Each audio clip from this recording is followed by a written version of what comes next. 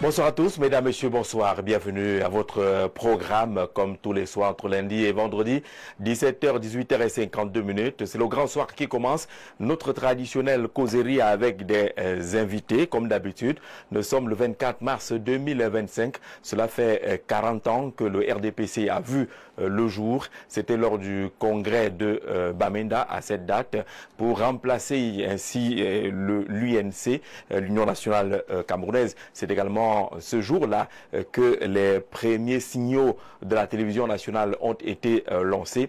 La CRTV, par exemple, qui célèbre depuis quelques jours ses 40 ans avec apothéose certainement aujourd'hui. On salue nos amis, frères, confrères du côté de la télévision nationale qui en a profité pour faire un peu le point de ses productions en ce quarantenaire et évaluer peut-être également se projeter pour de meilleures productions dont l'avenir. Mais nous, on va davantage parler du RDPC, le parti dont le président est Paul Biya, actuel chef d'État du Cameroun, qui célèbre ainsi ses 40 ans et qui, au fil des élections, a pratiquement brillé.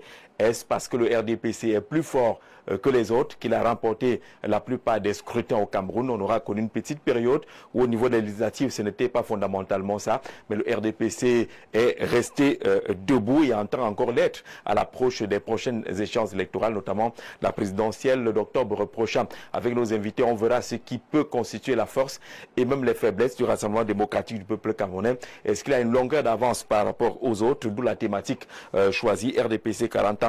Est-ce que le RDPC est beaucoup plus fort que les autres formations politiques? Accueillons Eugène Toundé, il est homme politique, il est conseiller municipal justement dans les rangs du Rassemblement démocratique du peuple camerounais, le RDPC. Eugène, bonsoir, bonne célébration des 40 ans du RDPC. Bonsoir Jean-Jacques, bonsoir à tous mes camarades militants du RDPC. Merci pour cette invitation. J'ai bien voulu être sur ce plateau au lieu de battre le pavé avec les camarades. Parce que venir aussi édifier les citoyens, ce qu'on a fait dans ce parti durant 40 ans m'a semblé important. Voilà pourquoi j'ai bien voulu répondre présent à cette invitation. Et en passant, j'adresse mes joyeux anniversaires à tous les militants de mon département d'origine Lomba-Mekim, et spécialement dans la section Lomba-Mekim Centre en Bangassina, où, n'est-ce pas, la fête connaît beaucoup d'effervescence. D'accord. Actuellement, se tiennent les meetings. Le comité central, c'est à 17h30 au siège du comité central quartier du Lac, autour du secrétaire général Jean Kouété, pour marquer ces 40 ans d'existence du RDPC. On accueille Paul-Stéphane Mounougal, il est politologue. Ce serait un peu l'homme avec beaucoup de recul et de science dans le cadre de ces 40 ans du RDPC. Paul-Stéphane, bon après-midi, bienvenue. Bon après-midi Jean-Jacques Zé, bon après-midi aux panélistes, aux téléspectateurs et même aux internautes. C'est toujours un plaisir d'être convié à cette émission, tout en espérant que nous serons une fois de plus à la hauteur des sujets qui sont mis en discussion. On n'en doute pas, Paul-Stéphane. On accueille Amadou Aminou. Il est un leader politique, président du national de l'ANPC. Monsieur le Président, bonsoir et bienvenue. Bonsoir, Monsieur Jean-Jacques. Bonsoir à mon grand président et je lui dis joyeux anniversaire. C'est lui, président? Oui, Monsieur Paul Biano.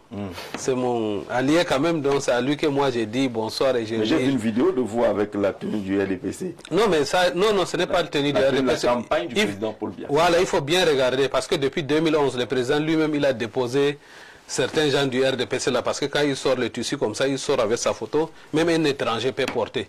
Comme moi, souvent, je suis l'ami de tous les présidents africains, souvent je porte quand même leurs habits, donc je ne peux pas laisser pour mon président pour aller porter aussi pour eux. Mais RDPC... Vous n'êtes pas opposant finalement. Pourquoi Monsieur Jean-Jacques, il y a quelque chose que... Qu'est-ce qu'on appelle opposition? Opposition, ce n'est pas seulement de se élever, de bagarrer. Il faut discuter, il faut proposer. Aujourd'hui, quand on voit Premier ministre en France, c'est quoi? Il est quoi? Il est président d'un parti politique aussi, non? Mais vous calculez un jour comme celui-ci, pour poster une vidéo, là vous avez la tenue. Même pendant l'élection présidentielle 2018, moi j'ai porté ça. J'ai porté les tenues du président de la République. Et quand je parle, je l'ai dit, votez le président de la République. Moi je ne l'ai dit pas voter RDPC, moi j'ai dit que votez Paul Biya. président de la République. La différence entre le RDPC... Bon, tout le monde peut analyser comme il veut, hein, mais moi je donne mon point de vue. Vous savez que moi je suis un homme nordiste qui n'est pas les gens qui a trop d'hypocrisie là, non. Moi je vous dis ce que j'en pense. Si je suis avec vous, je suis avec vous. Si je ne suis pas avec vous là, je ne suis pas avec vous. Donc je suis avec le président, je lui félicite. Pourquoi féliciter ceux qui ont passé tout le temps à nous faire du mal? On apporte le projet pour le développement. On apporte ceci, les gens bloquent, c'est eux qui modifient, c'est eux. Et aujourd'hui, nous tous, on voit comment ça se passe. Donc, c'est à lui seul que je félicite. Et il a tout le temps de se rattraper. Peut-être dès qu'il reprend son prochain mandat, il va trouver... Oui, de se rattraper, parce que lui-même, il a dit, il a fait beaucoup. Et il y a beaucoup à faire aussi. Donc, il a le temps de se rattraper. Je crois qu'on va vous déplacer parce qu'on a voulu vous installer de ce côté, parce qu'il y aura le RDPC en face et qu'il puisse avoir des échanges. Mais là, vous allez... Non, monsieur Jean-Jacques, c'est pas parce que je soutiens... Vous serez dans les équilibres. Monsieur Jean-Jacques, c'est pas parce que je soutiens le président Biya. Si quelque chose n'est pas bon là, moi, je ne cache pas ma bouche, je te dis que ce que vous avez fait n'est pas bon. Mais vous soutenez toujours. Mais je soutiens le président Biya, ce n'est pas eux que je soutiens. Moi, je connais beaucoup de gens qu'on a galéré ensemble aujourd'hui, qui sont membres de gouvernement. Est-ce que je vais les soutenir s'ils ne font pas du bien? Moi, je suis biaïste, nous sommes avec le Messanga Nyamdi, nous sommes biaïstes. Là, c'est un peu plus clair maintenant, vous êtes biaïste. Voilà. Ici, c'est le RDPC. Voilà. C'est le politologue. Voilà. C'est un parti politique de l'opposition, le PCRN. Voilà. Et nous accueillons avec beaucoup de joie d'ailleurs Germain Ekat Dibobé, qui est membre du comité directeur national du PCRN. Bonsoir et bienvenue. Bonsoir Jean-Jacques. Bonsoir. Regardez avec beaucoup de curiosité. Bonsoir à votre panel. Vous avez vu la niaque avec laquelle je regardais. Regardez le président Amadou. Oui. Parce que dans son développement, il essayait de faire croire aux Camerounais que tout le monde est mauvais, il n'y a que celui qu'il soutient qui est bon. Non, c'est pas ça le problème. Pour dire quand même bonsoir à toute la communauté. Moi-même, votre président fondateur me connaît. C'est Dizangué qui s'apprête à recevoir le préfet en tournée économique. Donc je souhaite que tout se passe bien. Bonsoir à tous mes camarades et militants et de leur dire que nous sommes focus sur les objectifs du congrès de 2021 et de celui qui a voté à Pidi. Donc tout est en place, nous sommes prêts, même si c'est demain. Même si demain vous serez pour le PCRN. Comment on fait ça? On a l'impression qu'il y a deux finalement PCRN. Le bicéphalisme qu'on veut laisser apparaître est fait par ceux qui sont des paresseux et pour lesquels vous nous invitez ici aujourd'hui pour que nous discutons de 40 ou de 43 ans de leur gouvernance. C'est de ça qu'il s'agit. Lorsqu'on est paresseux, on bafoue les décisions de justice, on crée les polémiques où il n'y en a pas, on n'est pas là où on doit amener sa compétence, on est ailleurs et ça donne le résultat dans lequel nous sommes. Il est simplement... ça fait pitié de constater que 43 ans après, ou depuis 57, la prophétie de Oumnobé est en train de s'appliquer sur la Deuxième République comme si c'était Jésus-Christ qui l'avait énoncé. Mais elle est en train de s'appliquer. Elle annonçait souffrance. Et nous tous, nous voyons comment tous les Camerounais, nous sommes tous en souffrance. Qu'ils disent qu'ils sont du RDPC, ils peuvent être sur les plateaux, ils rabâchent ce qu'ils rabâchent. Mais quand nous sortons d'ici, les poubelles sont devant nos maisons. Nos paniers ne sont pas assez, on ne mange pas assez. Les enfants, c'est à peine s'ils sont valablement éduqués, parce que même l'enseignement a foutu le camp. Donc tous ces mots-là nous minent. Nous sommes donc dans la fait le bilan finalement. Vous avez choisi votre angle. Je n'ai même pas encore commencé le bilan. Vous avez fini avec non, je n'ai pas commencé. Vous m'avez donné une parole introductive et c'est d'elle que l'introduction là est déjà la conclusion finalement. Alors il y a quelqu'un qui ne veut même pas attendre. Bonsoir Info TV, le Cameroun c'est un pays démocratique. Chacun est libre de choisir le parti politique qu'il désire. Bonne chance à mon parti pris le RDPC. Alioum Abazen, depuis Mfou, lui n'a même pas attendu une question ou une thématique, dit qu'on est en pleine démocratie, chacun choisit, on respecte cela. Monsieur, on va parler justement des 40 ans du Rassemblement démocratique du peuple camerounais. Émile Messi, communicant du RDPC, va nous retrouver. On espère qu'il n'est pas en train d'être avalé par des bouchons qu'on a actuellement dans la ville de Yaoundé. Dès qu'il menace un peu de pleuvoir, c'est comme si un sauve qui peut général, chacun veut vite arriver à la maison. Émile va certainement nous retrouver. Pendant qu'on affiche le thème justement qui interroge la force du RDPC entre guillemets, est-ce que ce RDPC est beaucoup plus fort? Et comme ça tombe malheureusement ou malheureusement que c'est une année électorale, on peut bien comprendre qu'on soit plutôt concentré à préparer l'échéance à venir plutôt qu'à faire beaucoup plus de bruit dans les médias. Donc vous avez raison de dire que la presse ça ne semble pas être assez mobilisée, mais nous verrons très bien après au journal de 19h30, de 20h30, que diront les médias sur la couverture de cet événement. Vous verrez bien que le territoire national est, n'est-ce pas, maillé des organes de presse qui vont couvrir cet événement. Donc, vous nous annoncez qu'au 20h30, certainement, à la télévision déjà même au 19h30, il y aura du RDPC dans toutes les sauces. Ça viendra d'un peu partout. Peut-être là-bas, vous avez mis un peu de moyens, c'est ça? C'est pour dire qu'ils sont... Pour déplacer les équipes, il faut les moyens. Ils sont sur le terrain de toute façon. Vous les avez embarqués. Peut-être pas à l'avance avec la presse écrite, mais la presse audio et audiovisuelle est présente, elle couvre l'événement. Alors, lorsqu'on regarde ces sujets développés par la presse, les angles choisis, il y a un journal qui s'est arrêté sur ce qui reste du bureau politique du RDPC. C'est un sujet de fond qui est développé. Paul Stéphane, il y a moins de sujets du oyé à la jubilation à la une des journaux ce matin. Oui, c'est vrai qu'au regard même des sujets qui ont défilé, vous vous rendez compte que la presse, comme la plupart des Camerounais, se pose des questions sur l'après 40 ans du RDPC. Et je pense que c'est normal. Parce que quand on atteint quand même 40 ans, je pense que c'est l'âge de la maturité. Et c'est un âge à partir duquel, en réalité, on devrait déjà commencer à se poser des questions sur même son départ. Parce qu'à partir de 40 ans, on peut mourir. Et en réalité, à 40 ans, il y a des choses, il y a des acquis que si on n'a pas, on doit se poser des questions. Donc c'est normal. Et là, je suis un peu d'accord avec le titre de Cameroun Tribune qui demande que 40 ans et après. 40 ans, qu'est-ce que vous nous offrez donc après ces 40 ans? Parce que après les festivités, il faut qu'on soit capable de digérer. Donc, moi, j'ai envie de dire aujourd'hui que c'est vrai qu'on fête, quand je dis on, le Cameroun, parce qu'il faut rappeler ici que le renouveau n'est pas une affaire seulement du RDPC, même si le RDPC s'est accaparé de la fête du renouveau.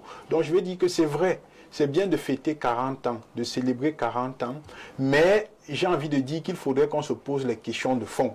Parce que quand vous lisez quand même, et là peut-être je vais emboîter le pas, quand vous lisez les statuts du RDPC, notamment l'article 2, parce que s'il faut évaluer le RDPC, c'est à partir de l'article 2 des statuts du RDPC, qui vous décline un ensemble de choses, notamment l'unité nationale, la démocratie, la justice sociale et tout ce que nous connaissons. Donc, s'il faut célébrer, il faut célébrer en tenant compte de tout ce qui est annoncé dans le statut, en se posant les questions de savoir où en sommes-nous avec ce qu'on a promis aux Camerounais au congrès de Bamenda en 1985.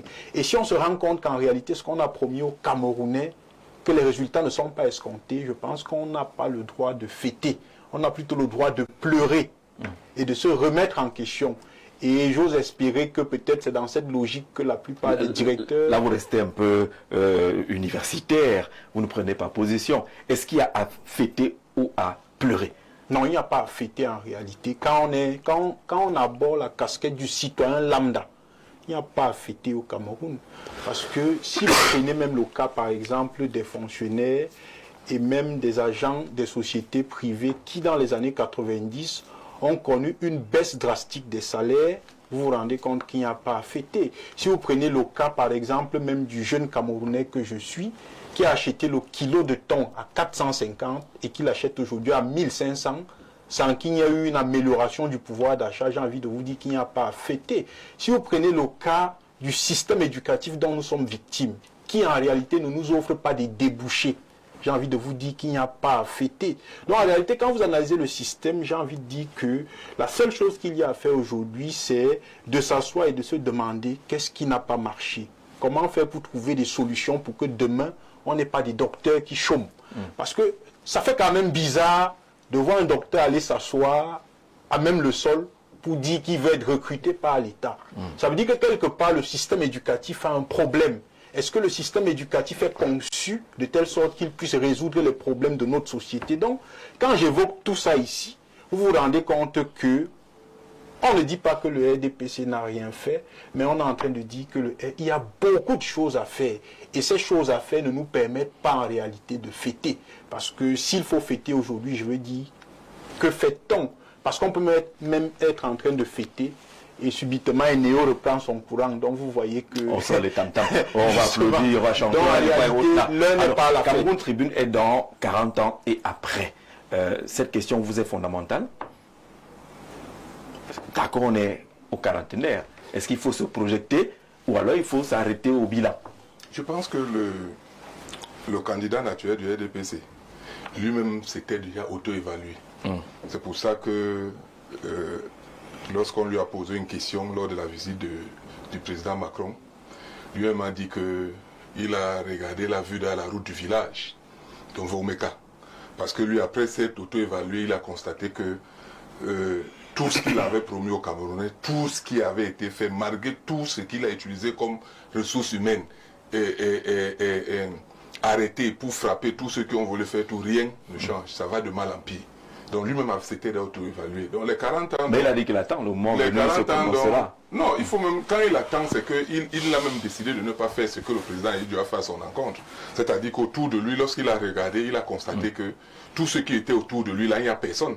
Et il ne veut pas laisser le Cameroun dans la dangerosité dans laquelle le président Ahidjo, lui a cédé le pouvoir. C'est-à-dire qu'il ne veut pas que demain, ça soit que c'est lui qui a donné ou a cédé le pouvoir à tel dauphin et que ça continue. Il préfère donc qu'il y ait élection où lui-même sûrement sera candidat et qu'il soit battu en octobre. Moi, voilà comment je vais. Il n'y a pas d'après. Il n'y a pas de 40 ans après. Vraiment, nous travaillons depuis si longtemps, depuis 2016, que nous Vous pensez que vous êtes suffisamment prêt aujourd'hui pour empêcher au RDPC de se projeter sur l'après 40 ans? Nous ne travaillons pas pour qu'il y ait 40 ans et après. Nous travaillons depuis 2016 pour qu'il y ait 40 ans et ça suffit. Et c'est terminé. Et ça suffit. Parce que la souffrance que vivent les Camerounais, si nous la laissons encore au moins un an, nous allons nous entretuer. Regardez tout ce qui est comme désordre dans notre République. Vous-même regardez, il y a les luttes intercommunautaires, les gens se bagarrent, il y a la violence verbale, il y a les poubelles partout. Nous sommes devenus un pays poubelle. Vous ne pouvez pas ne pas faire sans la poubelle. Si vous nous laissons ça perdurer un an, ce n'est pas possible. Alors, nous allons entrer dans... Je suis d'accord avec le tableau que vous présentez. Les 40 ans que le Cameroun Tribune nous présente et ils disent après. J'espère qu'ils sont dans une analyse que lorsque vous achetez le journal et que vous voulez le développer, vous allez donc comprendre pourquoi ils vous demandent et après. Mais qu'est-ce que nous allons attendre? Parce que le copanéliste a dit tout à l'heure qu'il pense qu'il faut lui donner le temps d'arranger.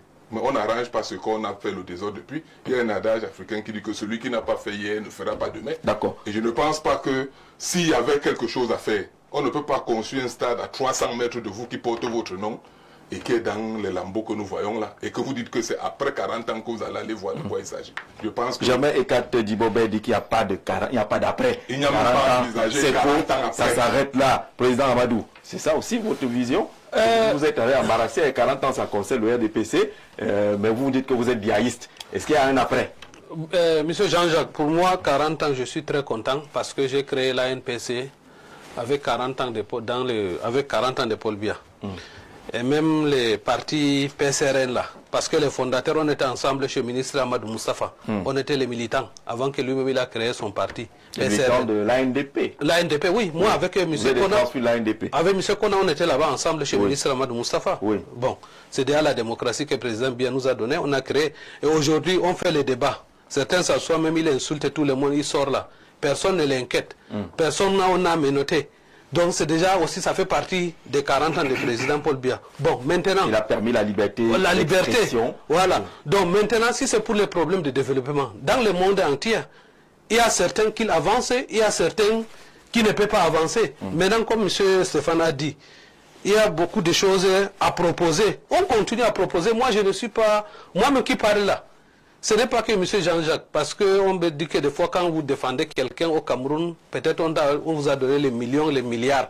Moi j'ai dit à tout le monde que si un jour, quelqu'un a vu là où on a donné président Aminou l'argent, qu'on met ça dans les réseaux sociaux, ou bien là où on m'a donné le marché. Donc là où vous parlez, là vous êtes... Moi quand je parle... la famille qui parle quand même. Je vous dis quand je parle... M. Jean-Jacques, depuis que j'ai 13 ans, oui. Tout le monde qui me connaît, c'est que le président Aminou, c'est un homme de terrain. Oui. J'enlève 500 000, j'enlève 1 million comme ça, je donne à quelqu'un, M. Jean-Jacques. C'est pas question d'être ministre ou bien DG. Il y a un après. Il y a un après 40 ans. Moi, après 40 ans, ce que même les gens du RDPC à l'heure actuelle, ce qu'ils sont en train de faire là, c'est bien beau. Mais chacun, quand il est dans sa localité, que ce soit département ou arrondissement, ils pensaient quand même à créer les entreprises, les zones industrielles. Moi, c'est ça que je veux. J'aime les gens qui proposent. Quel qu'en soit le cas, on ne peut jamais s'entendre. Tout le monde va dire qu'on va déloger président Paul Biya. On va faire... Pour lui déloger, là, c'est pas facile. Quand vous avez vu avant-hier, Mounouna Fosso, quand il est allé chez lui, vous avez vu l'accueil. Vous avez vu Madame Ouda quand il est parti chez lui. Et donc, chaque personnalité, vous avez vu président Nyat chez lui. Donc, chaque personnalité dans sa localité-là, il est fort. Donc, pour moi... Vous allez en train d'entrer dans le thème, oui. qui interroge la force du RDPC. Est-ce que c'est le parti qui est fort ou alors c'est que vous êtes en train d'indiquer le ministre Manaouda a été dans le maillot Tchanaga, c'était l'euphorie totale. Tout ça, c'est les militants du RDPC. C'est les militants du RDPC où le président Biya a donné le poste de responsabilité. Comme maintenant, ce que nous on demande, quand il donne encore, il faut que cela continue à multiplier, les entreprises continuent à encourager certains jeunes qui ont des projets. Ce n'est pas question d'insulter, tel a fait ceci. Nous tous on voit, il y a les poubelles partout, oui, on est d'accord. Beaucoup de Camerounais souffrent, nous-mêmes on apporte les projets, les gens bloquent. Mais ce n'est pas pour ça que je vais croiser mes bras pour dire que parce que je vais dormir ceci, je vais continuer à parler. Si c'est bon, là, je dis que c'est bon. Si c'est pas bon, c'est pas bon. Et donc, est-ce qu'il y a un après? On a entendu la voix du PCRN dire que c'est fini. Vraiment, ne rêvez pas à un après. Ils ont suffisamment travaillé sur le terrain pour que ça s'arrête là et au regard de ce qu'ils considèrent comme d'énormes souffrances. Jean-Jacques, le RDPC, justement, a un après. 40 ans, ce n'est qu'une durée au pouvoir. Mais le RDPC, en tant que parti politique, c'est une institution qui est créée et qui n'est pas appelée à disparaître avec la fin d'un pouvoir quelconque. Si le mandat du chef d'État venait à s'arrêter aujourd'hui, cela ne saurait en aucun cas signifier la mort du RDPC. Voilà pourquoi il est fondamental très souvent de faire la nuance, comme on l'avait tout à l'heure, entre les RDPCistes et les biaïstes. Oui. Le RDPC c'est un parti politique, c'est une idéologie. Il y a des gens qui ont cru à cette idéologie, il y a des gens qui soutiennent cette idéologie, qui sont prêts à l'accompagner et qui ne pensent pas que cette idéologie va s'achever avec le président Paul Biya. Donc pour les RDPCistes, effectivement, 40 ans, ce n'est qu'une étape, ce n'est qu'un chemin parcouru. Et je voudrais vous faire comprendre que le RDPC s'est assez renouvelé. Je crois que ce sont les jeunes qui étaient encore bébés à la naissance du RDPC qui aujourd'hui sont en train de reprendre le relais de cette partie. Je ne pense pas qu'avec leur arrivée... Mais il n'y a pas eu des assises du comité central depuis un bon bout, le bureau politique ne s'est pas réuni, mais vous pensez qu'il y a un renouvellement? Non, il y a un renouvellement. Il y a un renouvellement presque tous les 5 ans. Peut-être que vous ne le voyez pas, les gens s'attendent à voir que le programme du parti a changé, mais que non. Au niveau des organes de base, il y a un renouvellement presque tous les 5 ans. Et vous pouvez comprendre que le RDPC se revitalise chaque année. Il y a une nouvelle génération qui est à la gestion du parti, qui ne compte pas s'arrêter après le président Paul Biya. C'est souvent une question qui est revenue. Et après Paul Biya, qu'est-ce qui se passera? Le RDPC restera un parti fort. Un parti avec le pensez que le RDPC peut survivre au président Paul Biya? Il va survivre. Nous sommes très nombreux, beaucoup de jeunes à penser que ce parti nous appartient. C'est notre outil avec lequel on compte développer ce pays. Il n'est pas question qu'on imagine qu'après 40 ans, il n'y aura plus rien. Non. Il pourrait arriver même que le RDPC perde une élection. C'est normal dans la vie d'un parti politique. Mais ce n'est pas pour autant qu'on pensera que le président Paul Biya n'est plus là, le RDPC va mourir. Le RDPC a encore de très bons jours devant lui. Fort de l'expérience qu'il a pu avoir acquis depuis 85 jusqu'à nos jours, je crois que ces 40 années sont plutôt une motivation de plus pour penser qu'on peut continuer à dire le Cameroun. Et ce serait dommage qu'on ramène la marche du RDPC 40 ans après, rien qu'aux poubelles. Pourtant, ici sur ce plateau, pour la majorité, nous sommes le produit on va faire comment pour ne pas parler des poubelles puisque ces poubelles apparaissent comme le bouquet de fleurs de cette célébration de 40 ans. C'est une analyse simpliste qui nous a vu le challenge poubelle qui circule là dans les réseaux sociaux. Les gens ont fait des photos. C'est une analyse simpliste parce que lorsqu'on veut analyser un système, on peut quand même aller sur 2 paramètres. Il y a les paramètres macro et microéconomiques. Alors, si vous vous contentez de voir les détails, vous pensez que les détails suffisent pour analyser un système qui a duré 40 ans, vous êtes passé à côté. Mais celui-là, ce détail-là est celui qui est dénigrant. Il faut que le militant me donne les paramètres macro. Mais ils sont là. S'ils sont des paramètres, nous sommes pour la plupart ici le fruit du RDPC. Quand j'entends Stéphane dire que le système éducatif bat de l'aile, pourtant il est un brillant sujet qui a été formé dans ce régime, je crois que c'est manquer un peu de sérieux. C'est manquer un peu de sérieux. On va entrer dans le thème, le temps d'accueillir Émile Messi qui est communicant du RDPC. L'équipe est désormais complète. Du côté RDPC, le biaïste est là, le politologue et puis le parti politique de l'opposition. Demandez à ces gens du RDPC ce qu'ils font, si c'est le chômage, si c'est la famine, ou si c'est l'éducation ratée des jeunes Camerounais. Merci. Darius Foka qui vous accueille avec cela, avant qu'on entre pleinement dans le thème. Il demandait qu'est-ce que vous êtes même en train de fêter. Non, je ne veux pas déroger à la règle. Je vous dis déjà bonsoir. Bonsoir. Aux panélistes. Et surtout, joyeux anniversaire aux militants et sympathisants du Rassemblement démocratique du peuple camerounais, qui en ce jour célèbre, il faut le dire, ses 40 ans d'existence comme RDPC. C'est suffisant pour fêter alors? C'est pas suffisant. Il y a eu 1 an, 2 ans, 40 ans. C'est pas la première fête. Chaque année, vous vous rappelez très bien, depuis 1986, il y a toujours eu des célébrations en souvenir à ce 24 mars 1986. Et ce téléspectateur qui demande au dans le fond, de Babinda. Vous célébrez l'histoire, mais dans le fond, est-ce qu'il y a des raisons de célébrer? Lorsque le téléspectateur énumère les problèmes qu'on a et qui peuvent être considérés comme appartenant à votre bilan. Mon frère a commencé à le dire, nous sommes dans le RDPC, nous ne sommes pas dans le gouvernement. Il y a beaucoup d'amalgames en réalité. Nous sommes dans le RDPC. Là, vous voulez vous défiler aujourd'hui? Du moins, généralement, quand on pose des questions qui concernent le gouvernement, on vous voit. C'est pour ça que je dis donc que ça vous dérange pas. Le RDPC défend la politique du gouvernement. Le RDPC soutient les institutions, mais n'assume pas forcément les égarements du gouvernement. Il faut le dire. Parce que le RDPC reste une association, un parti politique, comme toutes les associations politiques régies par la loi. Qui accède au pouvoir en disant voici ce que nous allons faire et recrute ceux qui constituent le gouvernement. Donc fondamentalement, vous n'avez pas à vous défiler. Bien évidemment, nous n'allons pas nous débiner. Nous ne disons pas que tout est mauvais, mais nous ne disons pas que ramener les festivités de 40 ans du RDPC à cette affaire de poubelle à Yaoundé là, je crois que c'est une malhonnêteté intellectuelle de vouloir noyer la célébration de la fête. Moi, je vous ai amené les... Mais si vous arrivez dans un village, ici, vous trouvez que le village est qui sale. a des missions qui sont ailleurs et non sur des poubelles. Vous demandez qui est le chef ici. Quand vous arrivez dans un village les salles, vous demandez qui est le chef. Le bilan du RDPC après 40 ans aujourd'hui est de savoir si le RDPC a rassemblé, si le RDPC a mobilisé conformément à ses missions statutaires. Et c'est là où nous devons faire notre bilan depuis 1985. Et on peut donc voir à chaque élection quels ont été les résultats du RDPC jusqu'à aujourd'hui. Et aujourd'hui, nous ambitionnons qu'en octobre prochain, une fois de plus, que notre candidat soit élu. Voilà le bilan du RDPC aujourd'hui. Mais nous ramener à des choses périphériques, je crois que c'est... Vous dites que la poubelle est périphérique. C'est pas dans les missions du RDPC. Les militants du RDPC vivent les poubelles comme tout autre Camerounais. Oui. Nous ne pouvons pas endosser les poubelles au RDPC. Et vos maires que vous avez élus là, qui sont là, du maire de la ville jusqu'au maire de...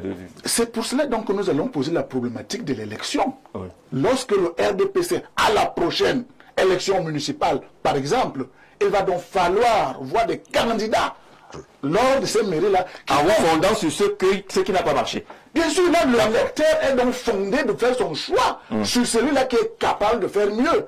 Et c'est là que nous rentrons dans le pouvoir du peuple. Vous voyez? Mais une fois élu maire, la Constitution dit qu'aucun mandat impératif est nul. Ça veut dire que vous n'êtes plus lié à ce que le RDPC vous dicte de faire, mais sinon par la loi et ce que les institutions... Sauf que là, ce sera bon, vous allez revendiquer ce bilan-là. Je vous ai dit que nous ne sommes pas en train de nous dissuader, mais nous ne devons pas perdre de vue que le RDPC est focus sur son objectif qui est de mobiliser et de rassembler. D'accord. Bonsoir, c'est Patrick depuis Libreville.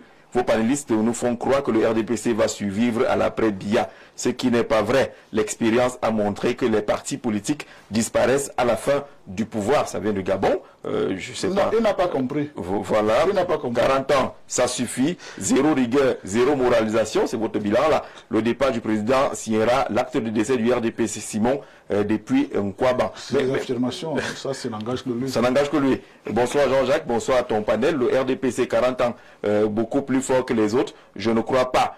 pour la simple raison que le RDPC déclare avoir plus de 4 millions de membres et à la dernière élection présidentielle, leur champion a été déclaré par le Conseil constitutionnel élu avec 2 500 000 voix venant d'une coalition RDPC, UNDP, ANDP, MDR, pas même vous, l'ANPC qui constitue le G20. Conclusion, il n'est pas sûr que le RDPC a contribué à ce vote avec 1 million de voix. Khalid Talon depuis Yaoundé, la question, je commence par vous.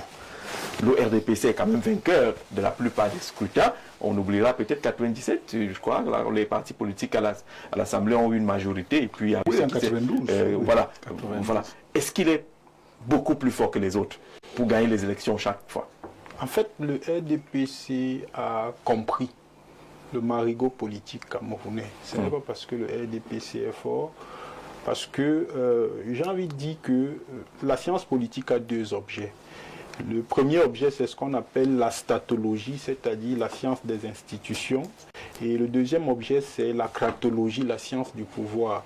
Et dans la science du pouvoir, on va vous dire qu'un parti politique vise à conquérir le pouvoir, le conserver et même le pérenniser, parfois par tous les moyens. Et le RDPC utilise donc tous les moyens qui sont à sa disposition pour pouvoir conserver et même pérenniser le pouvoir au Cameroun. Parce que moi, je suis souvent amusé, et c'est pour ça que parfois on ne me comprend pas, par une certaine opposition qui pense qu'ils peuvent gagner le RDPC sans mutualiser. Le RDPC déjà, qui est une machine administrative, parce qu'on ne peut pas dissocier le RDPC de l'administration, fait des alliances. Est-ce que ça fait de lui un parti administratif? Réside dans ces alliances. C'est vrai que le RDPC a un avantage, c'est que c'est lui qui contrôle le gâteau national. Il devient facile de faire des alliances parce que vous avez l'impression que le RDPC a réussi à créer une partitocratie. Une partitocratie, c'est un système où on récompense justement ceux qui nous ont soutenus en fonction du soutien qu'ils nous ont apporté. C'est pour ça qu'on a un ministre délégué qui a été récompensé parce qu'il a apporté un soutien en 2018. C'est le seul avantage concurrentiel que le RDPC a sur les partis d'opposition. Mais j'ai envie de dire que pour pouvoir coopter des gens influents dans votre alliance, il faudrait déjà qu'on voit un projet sérieux qui serait capable de renverser le système en place. Parce que si moi je suis un homme politique, mais je ne vais pas apporter mon soutien pour apporter mon soutien. Parce que la politique est un métier. Si je dois vous apporter mon soutien, il faudrait que je sois sûr que vous soyez capable de pouvoir renverser celui que je ne vais pas soutenir en espérant avoir aussi une récompense ou un lotissement politique. Donc il faut en réalité, et moi je suis de ceux qui pensent qu'il faut en réalité que l'opposition soit repensée au Cameroun pour que les forces soient équilibrées. Parce qu'on a une opposition aujourd'hui qui est dispersée, parce que pour faire la politique, il faut avoir les moyens. Quand on parle des moyens ici, c'est la ressource humaine, la ressource matérielle, la ressource financière, la ressource logistique. Et pour avoir ça, il faut simplement unir les forces. Parce que même quand on parle souvent du contentieux, et je sors par là, en réalité, pour faire le vrai contentieux post-électoral au Cameroun, il faut d'abord avoir le nombre de scrutateurs dans le nombre de bureaux de vote qui existent. Parce que s'il y a 25 000 bureaux de vote et que vous êtes présent dans 10 000 bureaux de vote, vous faites comment pour gagner le contentieux post-électoral? Puisque vous n'avez pas les procès-verbaux, on reste là dans une littérature. Alors vous répondez de façon claire que le RDPC n'est pas beaucoup plus fort, mais il est fort stratégiquement. C'est simplement ce qu'il faut comprendre. Et là, c'est la preuve que le RDPC, dans sa machine politique, ou alors dans son sein, a des intellectuels qui réfléchissent véritablement dans le sens de la pérennisation et la conservation du pouvoir. Monsieur Dibobé, lorsqu'on écoute ce discours, vous répondez quoi? Est-ce que le RDPC est beaucoup plus fort que les autres? Et on a vu la force de sa stratégie. Les militants disent qu'il y a aussi la force de la masse militante. Vous savez, Jean-Jacques, moi je suis toujours émerveillé par le développement de la sacralisation de ceux qui disent avoir été formés et dont on fabrique le message de communication et qu'on met à la place populaire pour continuer à intoxiquer les Camerounais. Vous voyez, on ne peut pas être joueur d'une équipe de football et on dit à l'autre équipe que pour me battre, voici mes faiblesses. Vous pensez qui est joueur, là maintenant? Non. Je suis en train de m'exprimer. Vous ne pouvez pas être joueur d'une équipe de football adverse et vous dites à votre adversaire que pour me battre, voici mes points faibles. Donc, le message conçu et qu'on est en train de développer à la veille de chaque élection pour dire aux Camerounais, non, l'opposition ne peut jamais battre tant qu'ils ne se sont pas rassemblés, tant qu'ils ne se sont pas unis, tant qu'ils n'ont pas fait ceci, tant qu'ils n'ont pas... C'est un message bien conçu. Et là, il veut partager avec lui les intellectuels du RDPC qui conçoivent le message et qui le mettent donc à la place publique pour que tout le monde commence à s'abreuver au même message. Vous savez, on peut vous faire mimer une chanson que vous n'aimez pas. Hein? Sauf si on vous la met à 5 h, on la met à midi, on la met à 18 h, on la met à 23 h avant qu'on ne dorme. Moi, j'ai mimé. Un matin, j'ai mimé Grand Barak. Et c'est ça qu'on a pris, on a mis à la place dans le débat politique pour dire que non, l'opposition n'est rien parce qu'elle ne peut pas se réunir, elle ne peut pas s'asseoir, elle ne peut pas converger, elle ne peut pas passer, elle ne peut pas se mutualiser. Mais est-ce que ça ne tient pas, techniquement? C'est premièrement un faux débat pour deux choses. Oh là là. Oui, allez-y. Pour deux choses. En 92, il n'y avait pas que la coalition de l'Union pour le changement. Nous sommes d'accord. Il y avait plusieurs coalitions. Il n'y avait pas que l'Union pour le changement. Il y avait, en dehors de l'Union pour le changement, d'autres coalitions. Alors si ces coalitions étaient... Non, je suis en train de développer. Je suis en train de développer. Allez-y. Et c'est la même idée à l'élection de 2025. Il y aura plusieurs coalitions. Que les gens ne s'attendent pas à ce que quand ils disent que non, vous ne coalisez pas, c'est qu'ils veulent qu'on vienne leur dire dans le plateau qu'on a coalisé avec tel, on a fait ceci, on a débattu avec tel. Voilà la stratégie que nous avons mis en place. Voilà, non, on va tous coaliser pour l'élection de 2025. Il y aura plusieurs coalitions en fonction des appareils politiques, des idéologies, de la vision de chacun, de ce que pense, par exemple, nous pensons pour nous militons pour une transition politique. On a eu ce débat ici. D'accord, merci d'avoir levé ce point-là. Voilà. Mais la question reste posée. Est-ce que vous considérez que le RDPC est beaucoup plus fort? Je suis en train d'arriver sur le cas du RDPC. Vous ne pouvez pas être juge et parti. Lorsque vous êtes celui qui désigne celui qui contrôle l'élection, lorsque vous êtes celui qui désigne celui qui organise l'élection, lorsque vous êtes celui qui désigne celui qui proclame les élections, et que après vous tapez la poitrine pour dire que vous êtes fort, d'où vient votre force? Elle ne peut pas exister. Elle n'est visible que par vous-même. Parce que lorsque les parties prenantes s'asseyent et font un travail consensuel et le portent à l'attention de votre candidat qui gouverne, même si aujourd'hui je suis surpris que les militants du RDPC disent que le gouvernement, ça n'a pas, eux ils sont à part. Donc je n'ai jamais compris si les ministres qui sont là ne sont pas leurs camarades. Ou si les décisions, quand le ministre pour les actes, ça ne les engage pas. Parce que chez nous au PCRN, nous avons ce qu'on appelle le comité d'éthique. Même dans nos vies privées, nous avons des actes que nous ne devons pas poser. Elles sont sanctionnées. Donc je suis surpris que chez vous, vous avez quelqu'un qui est une élite politique. Ils sont sanctionnés par la loi ou bien par vos textes. Qui est ministre. Les textes du parti. Qui est ministre. Vous sanctionnez un membre du gouvernement. Qui est ministre et qui pose des actes qui sont non pas en conformité avec votre idéologie, non pas en conformité avec la République. Et vous pensez que non, c'est bon. Alors si on comprend bien, M. Dibobet, c'est que le RDPC est un parti qui profite du fait que le président national nomme, désigne, et ainsi de suite. Mais en termes de ensuite, ils vous disent qu'ils sont les plus représentés sur le territoire national. Et j'ai suivi le politologue. Vous n'êtes pas d'accord? Non, pourquoi? Le PCRN aujourd'hui dans plus de 300 communes. On se base sur quoi? Je vous dis que c'est des messages fabriqués et on les pond comme ça dans la place publique et tout le monde commence à penser que non, les autres ne sont rien, puisque le but du RDPC, chaque fois il y a un parti qui essaye de s'étendre sur le plan national, on essaye de le régionaliser ou bien de le rendre départemental. Vous avez 360 communes? Dans plus de 360 communes, M. Zé. Le combat que nous avons aujourd'hui, c'est celui-là. Dans plus de 360 communes. Dans plus de 300 communes. Le combat que nous avons aujourd'hui, M. Zé, le combat que nous avons aujourd'hui, et qui a été une prescription du président Cabral Libi au congrès de Ngaoundéré en 2021, c'était que nous avons acquis le résultat de 2018. Nous avons accepté que nous n'étions pas partout. Mais le combat qu'il a mis en place, c'était de faire l'implantation du parti dans tous les petits coins de la République. Là, vous êtes d'accord avec lui qu'il faut appliquer les mêmes méthodes que... Et nous avons travaillé, c'est pour ça que dès l'entrée de mon propos, je vous ai dit, nous avons travaillé pour. Ce que essaient aujourd'hui de faire ceux qui gouvernent, c'est de dire que non, tout le monde n'est pas partout, les gens sont régionalisés, ils ne peuvent pas, il faut qu'ils mutualisent. Non, c'est pas vrai, le RDPC n'est pas aussi fort qu'il le prétend. Et vous avez suivi un panéliste vous dire là tout à l'heure, que si vous dites que vous avez 4 millions de militants, et que vous allez à une élection où vous avez coalisé avec 20 partis politiques. Et vous avez 2 millions. Et vous avez 2 millions. On doute même que vous avez 500 militants. Je ne sais pas si on se comprend. On doute que vous avez 500 militants. Parce que si vous allez dans une coalition de 20 partis politiques, et qu'à la fin vous ne récoltez que 2 millions de voix, ça pose un problème. Parce que si vous avez 4 millions, on estime que les autres 20 partis politiques, si chaque parti politique vous donne 100, vous avez 2 millions de plus. Donc vous serez au moins à 6 millions de voix. Comment vous allez dans une élection vous recevez avec 2 millions de voix et que quand on veut les repartir, on constate que vous-même n'avez pas 500. Le problème, la machine RDPC, c'est instant. Et là, je partage son avis, à penser comment s'éterniser au pouvoir. Mais je dis, il faut y travailler. C'est pour ça que les coalitions que les gens demandent, ce seront les coalitions de surveillance de vote, de participation de vote et de contrôle de vote.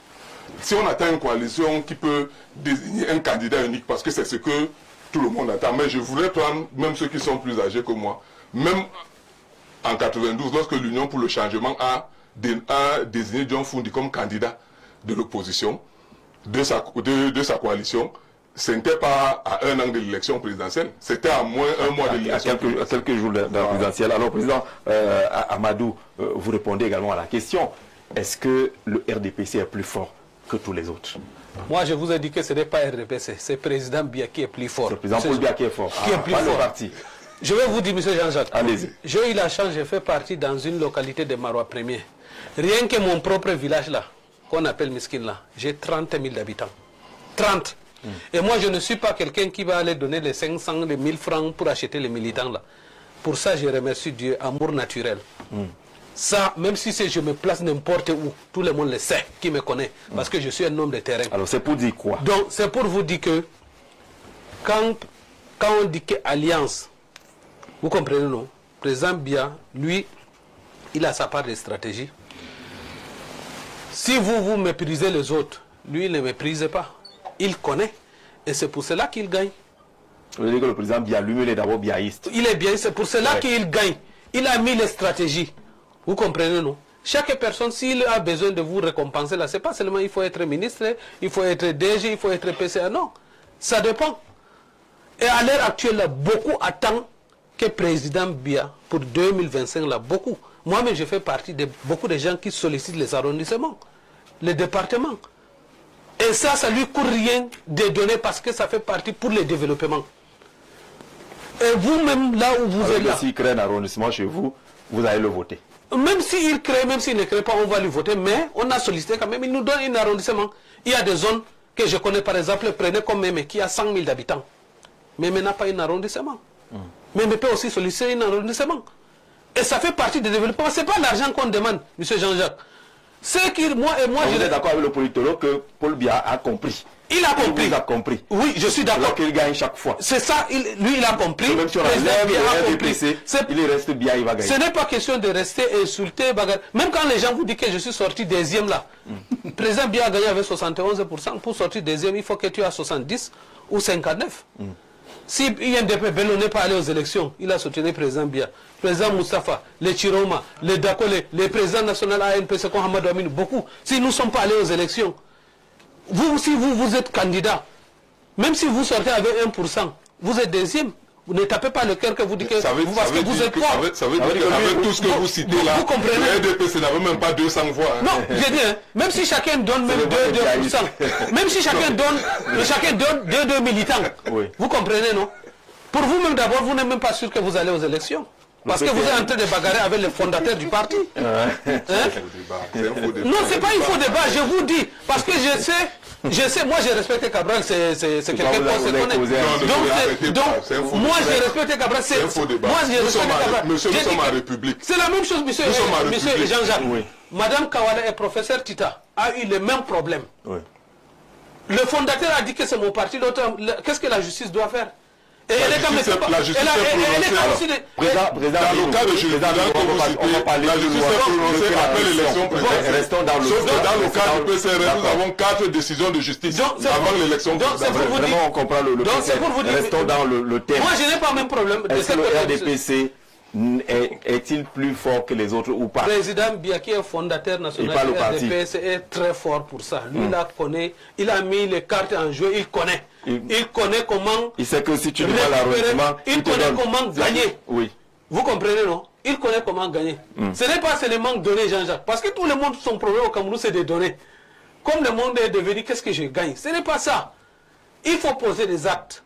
Comment, quand vous posez des actes, comment on peut faire pour encadrer cette jeunesse? Ceux qui ont fait l'école, ceux qui n'ont pas fait, comment on peut avancer? Moi, mon problème, je vous ai dit que je n'aime pas trop critiquer, j'aime avancer. Ceux qui proposent, quand tu proposes là, on peut s'entendre. Il n'y a pas question. Moi, quand je pars chez moi là, il y a beaucoup de partis politiques, non, d'opposition, non? Mais ça n'empêche pas, je pars chez un frère, un grand frère, on part, on discute, on fait ceci. Ce n'est pas question de bagarrer ou de ceci ou cela. Moi, ça fait 30 ans, M. Jean-Jacques, j'ai fait la politique, je ne me suis pas levé comme ça pour faire la politique. On résume un peu tout cela. Le RDPC profite d'une organisation qui lui est favorable parce qu'ils ont la décision, ils ont ci ou ça, mais ils ne sont pas aussi forts que cela.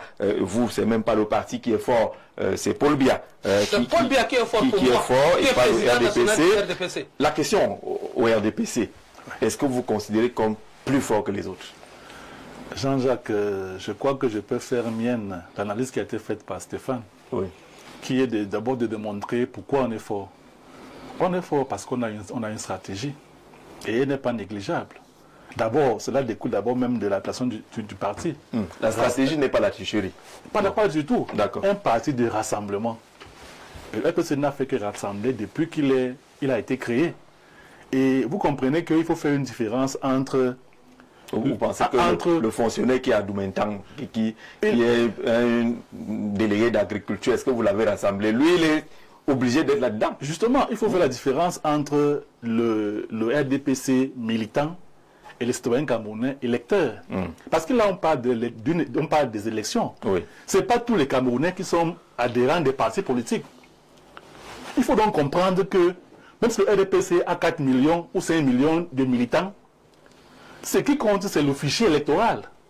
Combien de Camerounais sont inscrits sur le fichier électoral? Parfois même, c'est des citoyens qui n'appartiennent à aucun parti politique. Donc il ne faut pas lire l'élection du RPC par rapport au nombre de ses militants.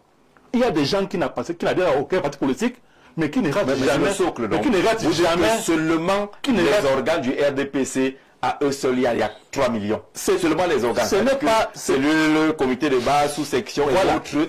Les responsables, pas les militants, les responsables. Donc président, vice-président, trésorier, tout à fait. Il y a 3 millions. Tout à fait. Et vous finissez une élection avec 2,5 millions. Mais il faut donc voir que la question de l'inscription électorale est différente de la question de l'appartenance à un parti politique. Donc il faut comprendre que, et justement, fort de ce constat, parce qu'il ne faut pas penser qu'on ignore qu'il y a des difficultés. Fort de ces difficultés, l'une des réponses a été justement d'aller vers le jeu des alliances. Et il le dit si bien. Si un parti avec autant d'atouts a compris que les alliances étaient une bonne approche, comment comprendre que parce que, en réalité, faire le blanc du EPC, ça n'a même pas fait le blanc de l'opposition. Notre force est adossée à leur faiblesse. Comment comprendre qu'en 40 ans, on a été aussi fort et eux, en 40 ans, ont été aussi faibles? C'est parce que, justement, nous, on a compris ce qu'ils n'ont pas compris. Vous comprenez ce qu'ils disent? Leur alliance consistera à s'allier pour contrôler, à s'allier pour vérifier, et non à s'allier pour avoir une vision qui peut leur permettre de gagner. Et c'est ça le problème. Vous comprenez que des gens qui vont s'allier parce qu'il faut se contrôler alors qu'ils n'ont rien en commun ne pourront pas gagner. Or, le RDPC ne s'allie pas pour contrôler, mais s'allie pour gagner. Et, comme il a dit, c'est une stratégie qui a été mise en place et qui est déployée. Et je peux vous dire que le RDPC est fort parce que d'abord, au plan statistique, cela le prouve, même si les gens peuvent retrouver à dire, mais l'histoire institutionnelle du Cameroun retient que depuis 82, depuis son avènement, le renouveau a toujours remporté des élections. Cependant, le discours de dire que on ne peut pas être, c'est parce qu'on est juge et parti, non. C'est encore là une faiblesse. Vous voyez, quand on a une analyse aussi pertinente que celle de Stéphane, et qu'un parti d'opposition ne peut pas avoir la sagesse d'en prendre acte. Mais profite tout l'occasion de dire que c'est un discours préparé pour pouvoir dire que, alors que c'est là que se trouve la stratégie, qu'ils n'ont pas. Moi, je vous ai toujours dit que je suis mal. Vous donner les conseils à l'opposition. Je suis mal de voir. J'aimerais que nous être forts face à nous. Soyez comme ça. Je suis mal de voir qu'ils sont aussi faibles. Moi, j'aimerais qu'ils nous mettent au travail. Et vous nous donnez les Je suis mal de voir qu'ils sont aussi faibles qu'en 40 ans, on ne fait que les battre. Et ils n'ont pour seule plainte que, ils sont jugés partis. On a des pays où le président a perdu l'élection alors qu'il était au pouvoir. Ça, ce n'est pas parce que vous avez rencontré des gens qui sont prêts à prendre seulement ce que vous donnez. Là, il y a encore, beaucoup de partis alliés qui ne veulent même pas gagner une élection. Ils veulent se situer dans ce que vous me donnez et je te soutiens. Est-ce que vous ne bénéficiez pas de cette chance-là? D'où l'avantage que vous avez, parce que vous pouvez nommer. Mais Jean-Jacques, là encore, c'est de la stratégie. Savoir choisir ses alliés. Ouais, c'était parti du rassemblement. Comme il a dit, même si on sait que l'ANDP n'a qu'un militant, lui, en tant que président, Voilà un peu ce qui attend. lui-même en tant que président, est déjà une voix sur laquelle nous comptons. Oui. On ne néglige pas un parti parce qu'il n'a pas beaucoup de militants. Nous recherchons le vote. Le suffrage est individuel. Quand un citoyen peut, à l'âge de voter, pour nous, il est important. Et c'est ce qu'il faut comprendre. Rassembler autour du quoi? Autour du projet électoral, autour du scrutin. Et on a une vision. Mais on dit que tout ça là, ce n'est rien. Ce n'est rien. C'est Paul Biya à la force, point. Bon, ça c'est l'analyse du biaïsme. Je vous dis que moi je parle RDPC, je parle du parti politique. Nous savons que un parti politique ne peut pas être fort avec un président faible. Il va s'en dire que c'est le parti est fort parce qu'il y a aussi un président qui est fort, vice versa. Qui est surtout au pouvoir. Et qui est au pouvoir. Et qui a tous les pouvoirs. Et qui est au pouvoir, mais qui sait manier le pouvoir pour permettre aux gens de se rallier à la politique qu'il présente. Merci Eugène, bonsoir à vous. Sur le plateau, le RDPC n'a pas d'adversaire. Même si l'opposition emprunte les partis étrangers, elle sera toujours battue. Ce parti abat un travail dur sur le terrain et prépare bien avant les élections. Donc, qu'on ne se mente pas. Le RDPC est un très grand parti, tant en Afrique que dans le monde. Chapeau à toi, Paul Biya. Ce pays va te pleurer, comme on le dit au quartier. Avec toi, il n'y a pas match. Paul, depuis Yaoundé, voilà un militant convaincu. Vraiment, ne lui dites plus le contraire. En 40 ans, j'ai vu mon pays passer de pays moins avancés à pays pauvres, très endettés. En 40 ans, j'ai vu mon pays, le Cameroun, devenir un gigantesque dépotoir à d'ordures. En 40 ans, j'ai vu les jeunes de mon pays finir l'école, obtenir les diplômes et venir rester au quartier avec ceux qui ont refusé l'école. En 40 ans, j'ai vu plusieurs hautes personnalités du gouvernement en prison pour détournement. En 40 ans, j'ai finalement compris que mon beau pays ne sera jamais émergent sous l'ère du renouveau. Gauthier, depuis Mendon à Yaoundé, là, c'est la sentence. Il dit qu'en 40 ans, il n'y a rien. Et la question est restée là. Pourtant, vous gagnez des élections. Comment peut-on toujours gagner des élections lorsque vous écoutez les gens établir ce genre de bilan? Vous êtes un peu miraculeux là. Non, on ne peut pas dire qu'en 40 ans, il n'y a rien. Il n'y a rien sur quoi? C'est des affirmations encore gratuites. Mais parlons on du est RDPC. endetté, très endetté. Attention, c'est encore des amalgames. L'initiative pays pauvres très endettés, ça n'avait rien à voir avec le RDPC. C'est des politiques publiques, c'est des politiques économiques que les bailleurs de fonds avaient lancées dans le monde entier. Et le Cameroun a juste souscrit. Ça n'a rien à voir avec le RDPC. C'est pour ça que je dis que c'est des Cameroun a souscrit amalgames. parce qu'il était déjà très endetté. Puisque moi je parle donc du C'est RDPC. pourquoi on ne demande plus de rembourser la C'est dette. pour cela donc que j'ai dit, nous parlons du RDPC, dont la mission essentielle, comme je vous l'ai dit tout à l'heure, est de rassembler et de mobiliser Pour accéder au pouvoir et conserver le pouvoir. Vous avez... pour Ce élire, n'est pas la réunion de filles comme du quartier, c'est quand même pour viser. conformément à la Constitution, Oui. où il est dit que le pouvoir revient au peuple. Et ce peuple donc exerce ce pouvoir par le président de la République et le Parlement, par exemple. RDPC se mobilise donc pour élire le président national du RDPC. Mais vous avez, qui est le chef de vous l'État. avez tous les leviers. Le gouvernement, c'est vous. Une le fois Parlement, c'est vous. Voilà vous avez donc tous les leviers. du Voilà pouvoir. donc les acquis donc du RDPC. C'est pour ça que je vous ai dit que le RDPC n'est pas le gouvernement. Si on va dans ce sens-là, on ne s'en sort pas, monsieur le modérateur. Maintenant, dans le procès du gouvernement, de l'État et autres, ça peut se faire hors du RDPC. Et tout le monde est On comptable. va alors pas du RDPC comme quoi. Maintenant, nous parlons Comme du rassemblement. RDPC Il n'y a pas comme le un parti comité politique. central, il n'y a pas le bureau Permettez politique. donc qu'on dit. Oui. Comme un parti politique qui est né le 24 mars 1985 à Bamenda, lors du congrès ordinaire de l'UNC. N'oubliez pas, quand on parle maintenant des acquis ou alors des forces du RDPC, le RDPC n'est pas sorti de terre comme un champignon. Le RDPC a déjà bénéficié donc, des acquis de l'UNC. On C'est dit- ça que vous verrez on donc dit à souvent l'article que vous surfez 1er, sur ces acquis-là. l'UNC devient le RDPC. Oui. Donc il y a un passif qu'il ne faut pas négliger, qu'il ne faut pas oublier tout de suite, qu'il faudrait dans la force. L'UNC même qui a été à l'époque, lui c'est tout ce que ça veut dire. Donc l'essentiel Donc, vous n'avez pas est 40 ans, l'unité en fait. nationale, Vous n'avez pas 40 ans en fait, le parti n'a pas 40 ans. le progrès, Oui. la démocratie. Voilà les valeurs sur On est lesquelles donc d'accord, nous vous devons êtes nous plus revenir vieux que aujourd'hui. cela. Maintenant, pour revenir à l'essentiel, sans avoir la prétention de donner des conseils à qui que ce soit. Non, pourquoi est-ce que vous êtes plus fort que les autres? Nous sommes donc plus forts parce que nous avons aussi connu des périodes troubles, hein. Ça il faut le dire. On n'a pas commencé à être très fort. C'est pour ça que je veux revenir sur les premières élections multipartistes de 1992. Oui. Les premières élections multipartistes, notamment les élections législatives, que vous avez d'ailleurs évoquées. Vous perdez la majorité. Le RDPC perd ces élections. Elle est comme n'existait pas, mais c'est le ministère de l'administration territoriale. Ça, il faut le dire. Pour dire que lorsque nous allons à ces élections-là, le RDPC n'a pas la majorité absolue. 88 députés sur 180. Il a fallu, et il avait raison de dire que le RDPC sait faire des alliances.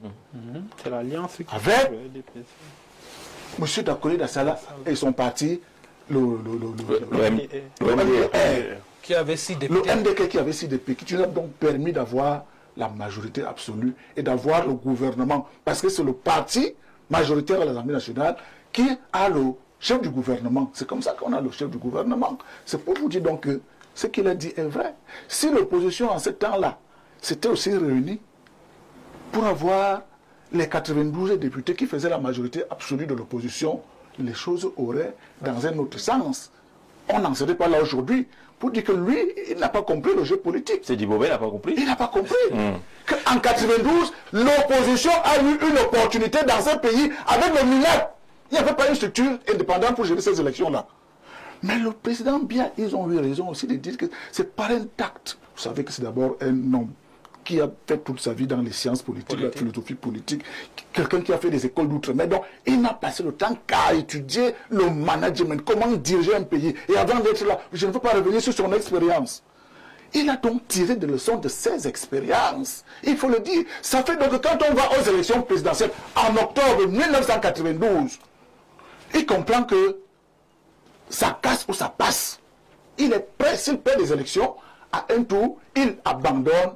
Malheureusement, ce qui va se passer, c'est que le SIF dont on a parlé tout à l'heure ne va pas aux élections législatives, n'a aucun député à l'Assemblée nationale, mais se lance, après avoir boycotté ces élections, se lance aux élections présidentielles. L'UNDP se lance, l'UPC se lance, ce qui était aux élections législatives.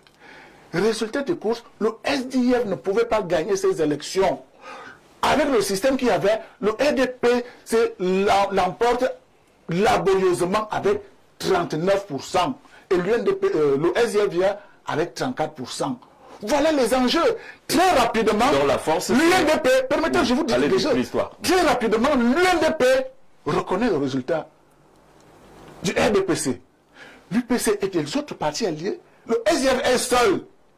Voilà ce qui s'est passé en 92. Pour dire qu'il y a eu encore des alliances tacites, malgré le fait qu'ils n'ont pas pris officiellement voix, mais ils ont reconnu la victoire du chef de l'État. Et là, vous répondez, ce qu'il a dit tout à l'heure. Bien sûr. Que la force du RDPC, c'est également de profiter des faiblesses de l'opposition. Évidemment, la politique, c'est des enjeux. C'est comme au football. Lorsque l'adversaire a des failles, vous profitez et puis vous donnez même le zola. Si vous faites un penalty, tant mieux. C'est pour ça que je suis d'accord que c'est aussi la force d'un homme qui sait étudier le contexte contrairement à ce qui crée à la fraude. Je veux donc dire que depuis dans ce temps-là, avec le système électoral qui est resté à un tour, les histoires de 2 tours sont restées dans un faux débat. C'est à l'opposition donc de comprendre que dans ces conditions-là, il fallait s'unir une coalition pour pouvoir espérer. C'est le concept. Et le RDPC de son côté également s'est ravisé de telle sorte que même s'il y avait un seul candidat à l'opposition, il faudrait gagner avec une majorité absolue. Vous voyez que 97, bon, c'est vrai, beaucoup de gens ne sont pas partis, 2004 et tout ça, le RDPC n'a plus gagné avec moins de 50%. Pour dire que ces leçons du passé ont permis au RDPC de mûrir et d'affiner ses stratégies de telle sorte qu'aujourd'hui, même, c'est pour ça que le thème de cette année, c'est de gagner avec la plus grande transparence possible.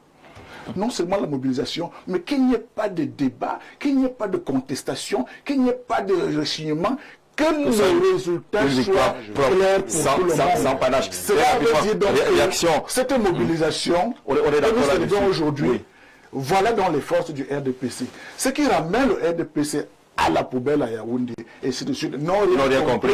Et ce que nous développons aujourd'hui. Jean-Jacques vous dit que c'est des messages conçus mis à la place.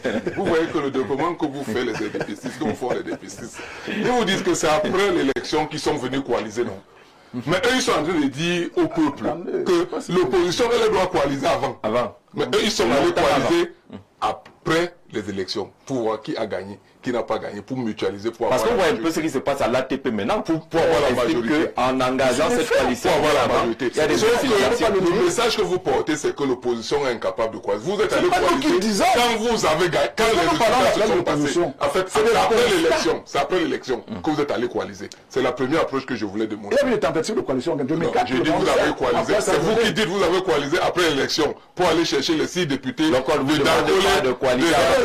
Voilà. Donc c'est ça. Je veux dire que le RDPC n'a pas eu la majorité. Vous allez coaliser après l'élection. Ça veut dire que on a pu vous ne pouvez donc pas condamner. Cette alliance est restée intacte jusqu'aujourd'hui. D'accord. Vous ne pouvez donc pas condamner l'opposition aujourd'hui, qui elle est en train de tout faire, de travailler dans le sens de coaliser et avant, et qui aura une coalition et après les élections. Vous ne pouvez pas leur porter le message que vous avez porté. Donc il ne faut pas le porter. Ça c'est la première des choses. La deuxième chose que je voulais dire, c'est que si nous restons, parce que je vois il y a confusion, on parle du président Biya, on parle du RDPC, les militants du RDPC à un moment disent que non, ça, il n'a rien à voir, les ministres n'ont rien à voir, après ils reviennent avec le président Biya qui est un expert. Il faut que nous rentrons dans les 40 ans du RDPC. Le message idéologique du RDPC, c'est quoi? Son programme politique, c'est quoi? Et que là, on commence à évaluer 40 ans. En 40 ans, qu'est-ce que le RDPC a fait de son projet politique? Et d'abord, c'est lequel? Là, c'est un débat. S'il vous plaît. Ça ne peut pas être le débat, parce que les militants du RDPC nous disent qu'il faut dissocier le RDPC du gouvernement. La question, monsieur Messi, la question est celle de savoir pourquoi le RDPC gagne toujours. Voilà. Sur quoi est-ce que le RDPC tire sa force? Et je vais rester sur cette question-là, Paul Stéphane. Est-ce que le RDPC ne profite pas? On a cité l'UNC tout à l'heure, d'un environnement déjà bien planté par le parti unique, la couverture nationale, les maisons du parti, les habitudes et autres. Est-ce que, avec cet héritage de l'UNC, le RDPC n'a pas pris une longueur d'avance sur les autres?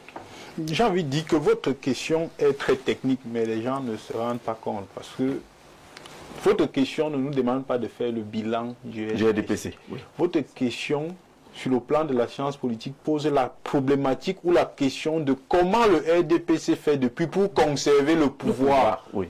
C'est la question que vous êtes en train de nous poser en filigrane. Et quand vous analysez donc, et là j'insiste, parce qu'il faut partir de l'histoire. Le RDPC a tiré les enseignements de l'avènement du multipartisme au Cameroun. Et le RDPC a très bien tiré les enseignements. Parce que, avec l'avènement du multipartisme au Cameroun, en réalité, le RDPC se rend compte que je ne suis pas fort. Si je reste comme celui-là, je vais perdre le pouvoir. Qu'est-ce qu'il faut faire pour que je ne perde pas le pouvoir? C'est à cette question que le RDPC répond chaque fois qu'il y a les élections. Qu'est-ce qu'il faut faire? Il faut que je fasse des alliances avec des partis politiques, avec des associations, avec des communautés, pour que je ne perde pas le pouvoir, pour que je conserve mon pouvoir. Voilà ce qui justifie la force du RDPC. Mais est-ce qu'il ne s'est pas aussi dit qu'il faut que j'infiltre certains partis politiques comme l'UPC, comme le PCRN aujourd'hui, comme l'UNDP hier, où on a explosé. Ce qui se dit, c'est d'empêcher aux autres partis de travailler. On en fait là, et puis on explose tout cela. Permettez-moi donc. Allez-y. Ça, c'est un élément. Oui. L'élément selon lequel il faut faire les alliances avec des partis d'opposition. Parce qu'il faut d'abord rappeler ici que, qu'on le veuille ou pas, la politique au Cameroun est encore beaucoup communautaire. Ça, il faut l'accepter. Le degré de socialisation politique n'a pas encore atteint le pic.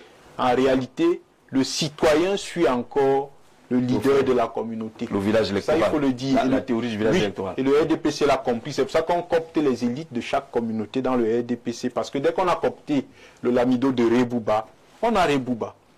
Dès qu'on a copté le sultan, même si c'est difficile. Oui, on a les militants. Dès qu'on a copté l'élite Manaouda Malachi, on a les militants. Et ils ont compris ça. Et maintenant, il y a un autre aspect. Et c'est l'aspect là aussi qu'il faut dénoncer par rapport à la conservation du pouvoir, parce qu'il faut être vrai. il y a un aspect pernicieux quand même avec le multipartisme. Et c'est là où on ne me comprend pas souvent. Parce que quand vous analysez le multipartisme en réalité, le RDPC a réussi à transformer le multipartisme en un élément qui lui permet de conserver le pouvoir. Comment?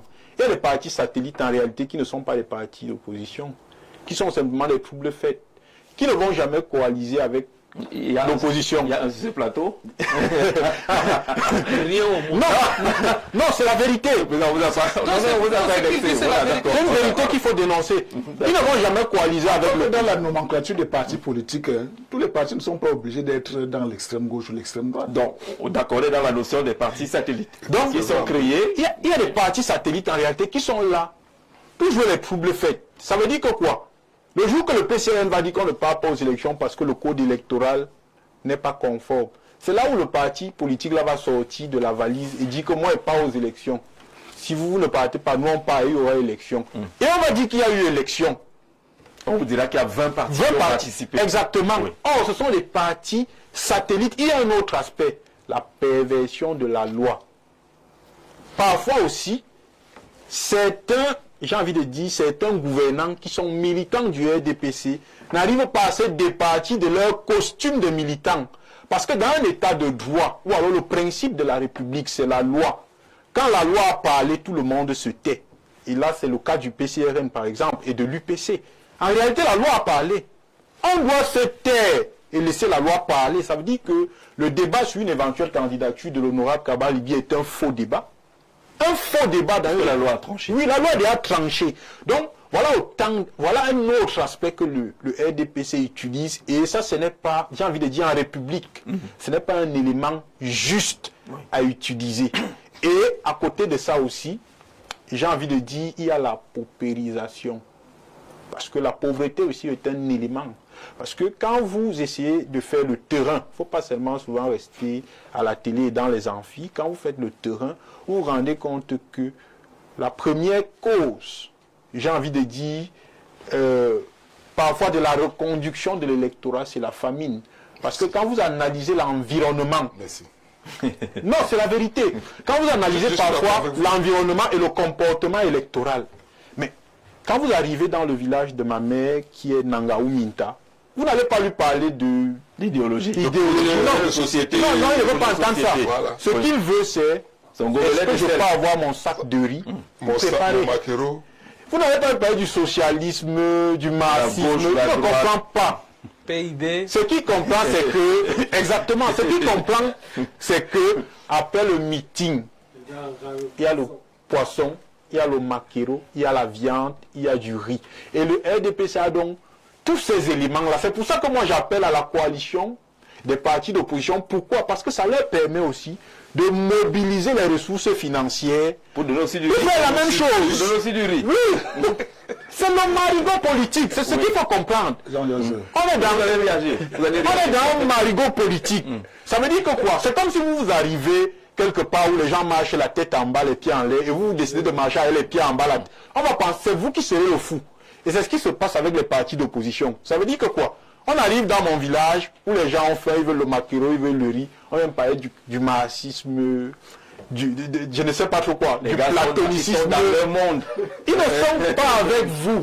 Il faut adopter la même stratégie. Ce qui se passe sur le terrain. Comme Jean-Jacques Zéla dit, c'est la réelle politique. C'est pour ça qu'il faut donc que vous coalisiez pour avoir les mêmes moyens et faire la même chose. D'accord. Bonsoir à vous tous. Je croyais que les militants du RDPC, que le militant du RDPC doit se mobiliser pour faire la campagne pour un autre leader politique parce que aujourd'hui, ce n'est pas 2018. Si on ne prépare pas un leader politique, le RDPC va disparaître. Je vous rappelle qu'il y a beaucoup de réseaux sociaux maintenant. Les enfants, mais très vite, Ousmane Ouakoudé, depuis Yaoundé. Donc frère pense qu'il faut y préparer quelqu'un d'autre. Bonsoir monsieur Zé. Le RDPC est plus fort que les autres à cause de sa longévité au pouvoir et les moyens dont il dispose. Mais je me demande bien ce que le RDPC fait. L'agonie des Camerounais, peut-être un bonsoir particulier à monsieur Menunga sur votre plateau. Thérèse depuis Simbok à Yaoundé. C'est Thérèse qui vous salue, monsieur Menunga. peut-être que vous l'avez séduit par la qualité de vos exposés.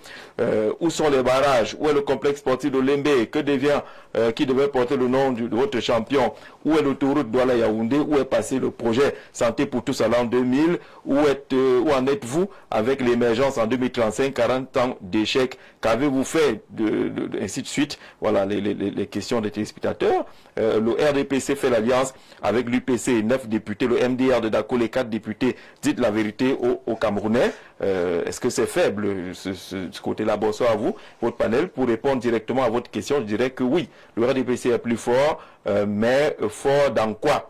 Fort, en 40 ans, nous avons un pont de plus. En 40 ans, nous n'avons pas d'autoroute. En 40 ans, le mot-clé est la résilience. En 40 ans, ainsi de suite. L'électricité coûte cher, il n'y a même pas d'électricité. Ils sont encore dans le bilan, mais nous, on restait dans la question. Lorsque vous écoutez le développement de politologues tout à l'heure, on a quand même l'impression que le RDPC, c'est plus dans les calculs stratégiques que dans la mobilisation militante. Jean-Jacques Zeux. D'abord, vous êtes deux camarades. Donc, demandez à votre camarade si vous permettez. Il n'y a pas de souci. Voilà. C'est peut-être que vous n'avez pas. D'accord. Stéphane a dit beaucoup de contre-vérités là depuis. Allez-y. D'abord, il a qualifié le RDPC comme étant un parti administratif. Peut-être qu'il aura le temps d'expliquer ce que ça veut dire là tout à l'heure. Peut-être qu'il comprend. Peut-être qu'il voulait tout simplement dire qu'il y a beaucoup de fonctionnaires et les sous-préfets qui jouent un rôle même quand on ne leur demande pas de le jouer. Sur le plan qui sont militants même. Est-ce qu'ils s'engagent puisqu'ils sont personnalisés? De la texture, de la nomenclature des partis politiques, des systèmes politiques, le système du Cameroun, le RDPC ne saurait être un parti administratif. Mais dans les pratiques, on ne pourrait reprocher au RDPC que les fonctionnaires ont un attrait pour le RDPC. C'est un choix libre. Pour dire que une autre contre-vérité, il a dit qu'au Grand Nord, le RDPC n'a pas de militants, que c'est beaucoup plus des alliés, c'est-à-dire les autres partis qui sont de la majorité présidentielle, qui ont des militants de ce côté-là. Là aussi, c'est très faux. Pourquoi? Parce qu'il faut juste évaluer aux élections locales, les élections municipales, les élections législatives. Vous verrez bien que le RDPC s'en sort avec beaucoup d'élus locaux de ce côté-là. En dehors de la Damawa, par exemple, où l'UNDP contrôle, par exemple, la région, c'est le RDPC qui contrôle le reste en termes de... Et donc vous êtes effectivement un parti de rassemblement, un parti de masse. La base militante même du RDPC, c'est au nord, monsieur Stéphane Mounou. Moi, je peux le dire avec des chiffres à l'appui. Quand je l'ai donc dit, quand ils pensent que c'est la famille... Est-ce que les chiffres, c'est maîtriser le terrain? Est-ce que si nous n'avons pas les chiffres qui reviennent du terrain, on vous dit il y a 100 personnes, mais on vous dira que dans les 100 personnes, il y a l'ANPC dedans, il y a ainsi de suite. Je vous parle des élus. Oui. Des élus du RDPC, en termes de conseillers municipaux, en termes de maires qui contrôlent des mairies, en termes de députés. Voilà ce que j'appelle des chiffres qui ont été élus par leurs militants à la base. À partir de ces chiffres-là, on peut dire que le RDPC est plus représenté ou alors a une base militante de ce côté-là que plus qu'ailleurs. C'est à partir donc de ces chiffres-là qu'on peut vérifier. Revenez donc à ce qu'il disait que la pauvreté, les gens sont pauvres, les gens ont faim et puis on leur donne le pain, je sais pas, ils sont prêts à aller. Ça aussi c'est une lecture très biaisée. Moi je suis un cadre du parti. Je participe à ce qu'on appelle... Vous êtes un élu? Plusieurs fois. Je dis que je suis un cadre du parti. Dans quelle circonscription? Ma circonscription, c'est Mvengue. Vous ne donnez pas le riz là-bas, les sardines? Écoutez, donc je suis un élu. Même pas écouter le meeting. Permettez que je réponde à la question. On vous donne 100%. Je suis donc un cadre du parti qui participe à l'éducation politique, à l'animation politique, dans le cadre des conférences, des comités de base, de sous-section et de section. Je suis régulièrement invité pour expliquer les textes de base, pour dire ce qu'on attend d'un militant de base, pour dire le comportement d'un militant de base et son attitude vis-à-vis de certain nombre de phénomènes dans la société. Sauf quand vous passez l'élite qui arrive... Ça veut donc dire donc que... Et les whisky en sachet. Là, je voudrais donc qu'on fasse la différence aujourd'hui, par exemple, c'est quoi? Quelqu'un a dit ici que la politique au Cameroun est encore communautaire. Là, on peut le vérifier aujourd'hui même. Lors de ces célébrations, vous verrez que chaque membre du gouvernement, chaque personnalité de ressources et d'accompagnement est allé dans son coin parler aux siens. Vous dire... allez finir par lui donner raison. Hein. Non, c'est pour ça que je dis... Non. C'est pour que l'administration... Il faut faire une séparation entre le gouvernement et le RDPC. Quand je vous parle, ce n'est pas des choses qu'on raconte dans le... Non, c'est ça. C'est en connaissance de cause. Quand je vous parle de l'éducation politique, lui, c'est de quoi je parle. Quand Montazé, par exemple, aujourd'hui, est à Saint-Mélima pour faire un meeting, il parle aussi... Tous les fonctionnaires. Permettez, c'est pour ça. Des Saint-Mélima sont partis. Aminta, partout. Tous sont déployés. C'est pour dire donc que ceux-là vont parler à leurs frères et sœurs. Leur dire que voici de la fête. Ils attendent. Je vous dis, ce n'est pas des histoires de famille que vous croyez là. C'est de ça qu'il est question, M. Moununga. Qu'on ne veut pas, lui peut confirmer que lorsque vous avez un de vôtres à qui on a donné confiance pour gérer les affaires de la nation, qui revient avec ce message pour vous dire que voilà les enjeux, voilà les enjeux. Monsieur le ministre, quand vous allez en Vengue, parce que c'est son temps de parole, quand vous allez en Vengue, la première chose que vous prenez, c'est pas le livre jaune. Je vous ai dit que moi j'anime des conférences. C'est pas le livre jaune. C'est d'abord ça. Le thème de la célébration aujourd'hui, vous l'avez eu, c'est d'abord la mobilisation autour du candidat à la prochaine élection présidentielle. Et on a dit que ce 24 mars doit être un test. Ou alors une démonstration grandeur pour que les gens, les autres savent que le RDPC au-delà de critique peut encore mobiliser. Ce n'est pas la famine, c'est la capacité de mobilisation. Mais dire que c'est parce que les gens ont fait un vote, je crois que c'est... Vous êtes conseiller municipal dans le Grand BAM, c'est ça? C'est ça. Voilà. Et la description que M. Dibobé fait du fonctionnement du RDPC ou le politologue, c'est que vraiment, vous utilisez les moyens qui sont mis à votre disposition par votre présence, la gestion de la machine. Voilà, c'est trop facile. Vous voulez tourner autour et que c'est ça qui ferait la chose. M. Moutaza avait son propre véhicule, le véhicule de service. Disons que ce reproche a souvent été fait. Vous ne répondez plus. Ce reproche a souvent été fait, mais je ne sais pas si on peut dire que c'est ça qui détermine vraiment la force du RDPC. Parce que mais si on le dit pas, c'est qu'on a fait comme une étude biaisée. Non, il faut le relever. Oui. Parce que d'un plan purement administratif, c'est questionnable. De retrouver par exemple des CA dans des meetings, c'est questionnable. Mais vous ne voyez pas... C'est pas condamnable. C'est pas condamnable puisque... Seulement... Puisque l'article 2 est élargi. Non, je voudrais bien développer. Oui. Puisque au plan administratif, vous aurez du mal à établir la différence entre un véhicule d'un fonctionnaire qui ne peut pas l'amener par exemple en week-end chez lui, alors que c'est le seul moyen de transport qu'il détient pour ses déplacements. Et donc, maintenant, je peux dire que la présence des véhicules CA dans certaines communautés est plutôt problématique. Il y a des zones où la maturité politique, grâce aux fonctionnaires, comme il vient de dire, pose plutôt problème. Ou lorsque vous arrivez avec vos grosses voitures, la population vous lance des cailloux. Vous pensez qu'une zone comme une zone qui a une longue culture politique, comme Macaque, où l'UPC a vraiment fait l'école politique, vous pensez que les gens sont influencés par l'arrivée d'un CA ou d'un 4x4? Je pense que non. Là-bas, les gens regardent ce que vous avez produit. Là-bas, les gens regardent votre bilan. Il y a des zones où aucun maire ne peut faire plus D'abord, vous prenez l'exemple de Macaque, parce que chez moi, en Bangassina, c'est pas pareil. Bon, je ne veux pas parler de moi. Je vous dis qu'il y a des coins où aucun élu ne peut aller après 3 mandats. Parce que malgré ce que vous avez comme opulence, quand les gens évaluent vos résultats et voient que vous n'avez pas été à la hauteur, ils vous mettent de côté. Donc, l'analyse a dit que vos ressources, il faut beaucoup de ressources pour entretenir. Je pense qu'il n'a pas totalement tort. Mais l'erreur, c'est de penser que ces ressources viennent de l'État. Voilà. C'est l'erreur.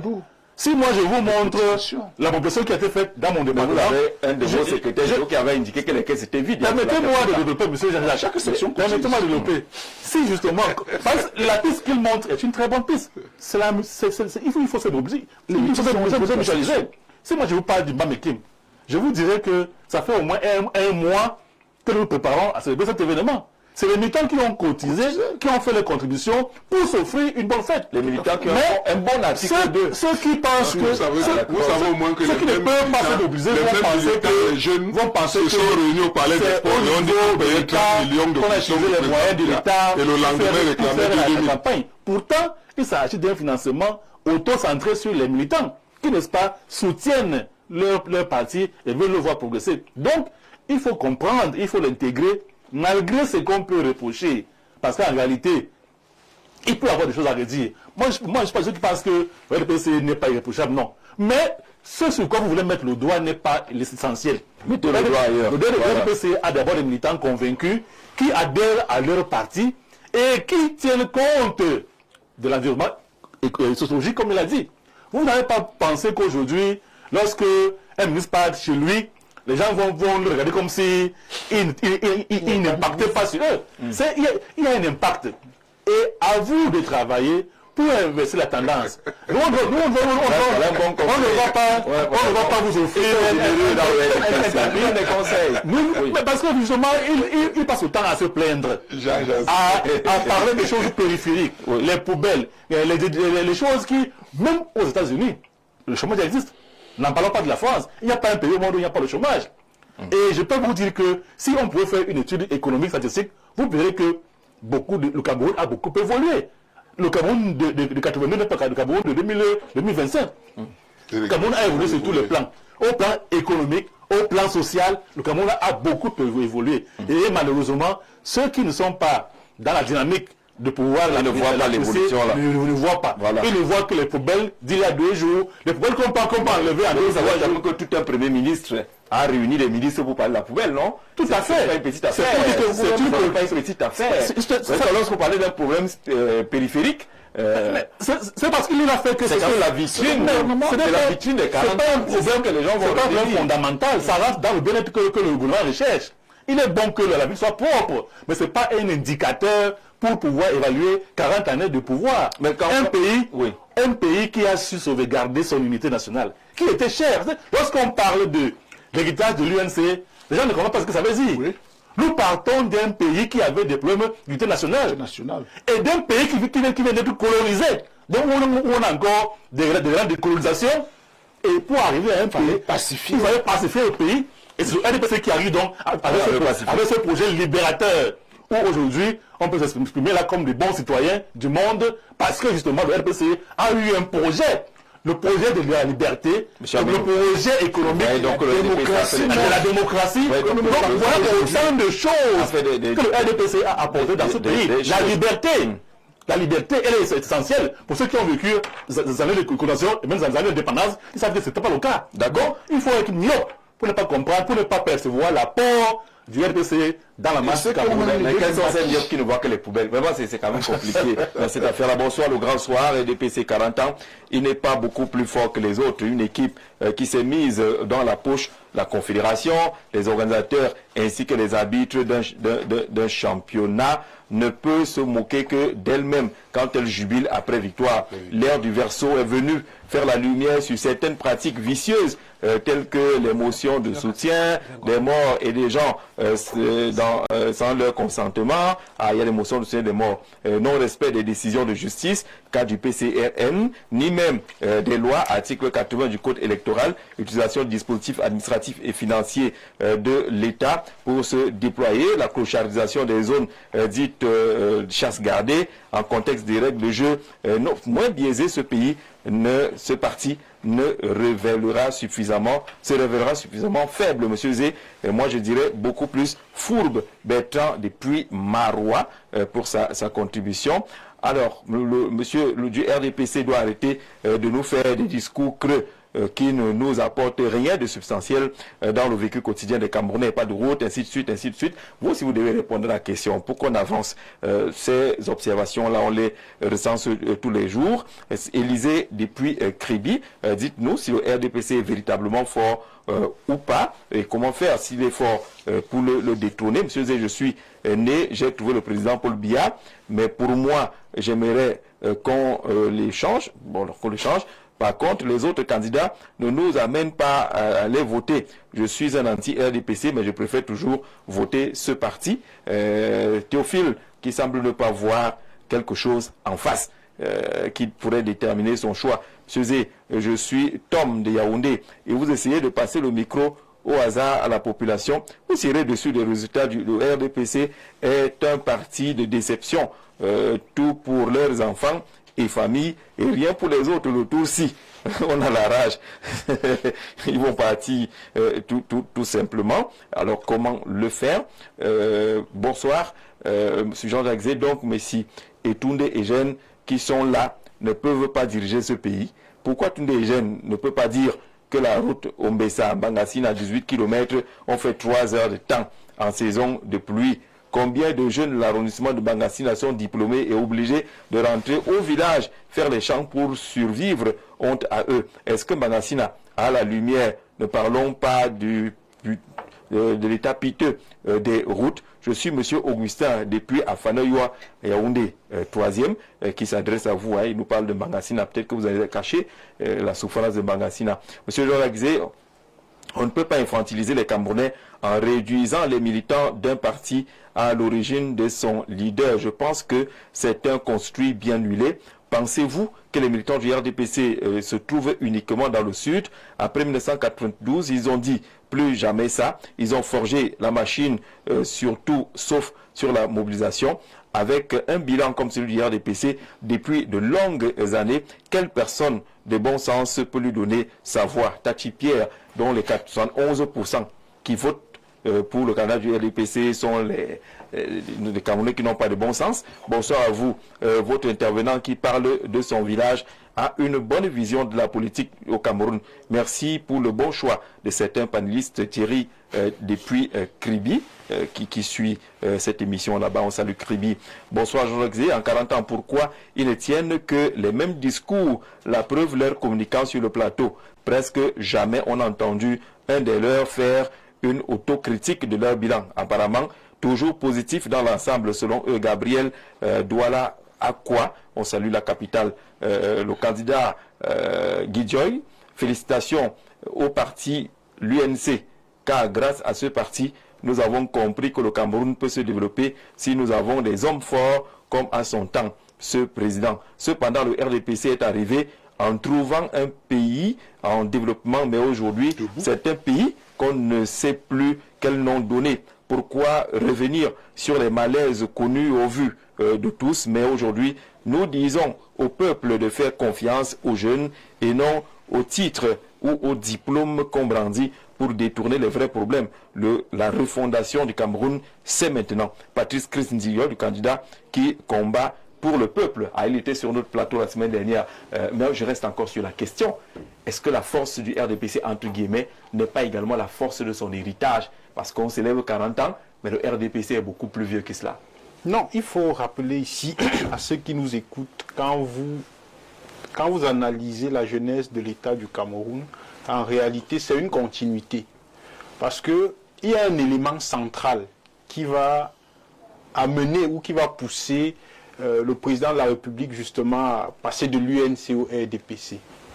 C'est le congrès de mars 1983. C'est ça en réalité.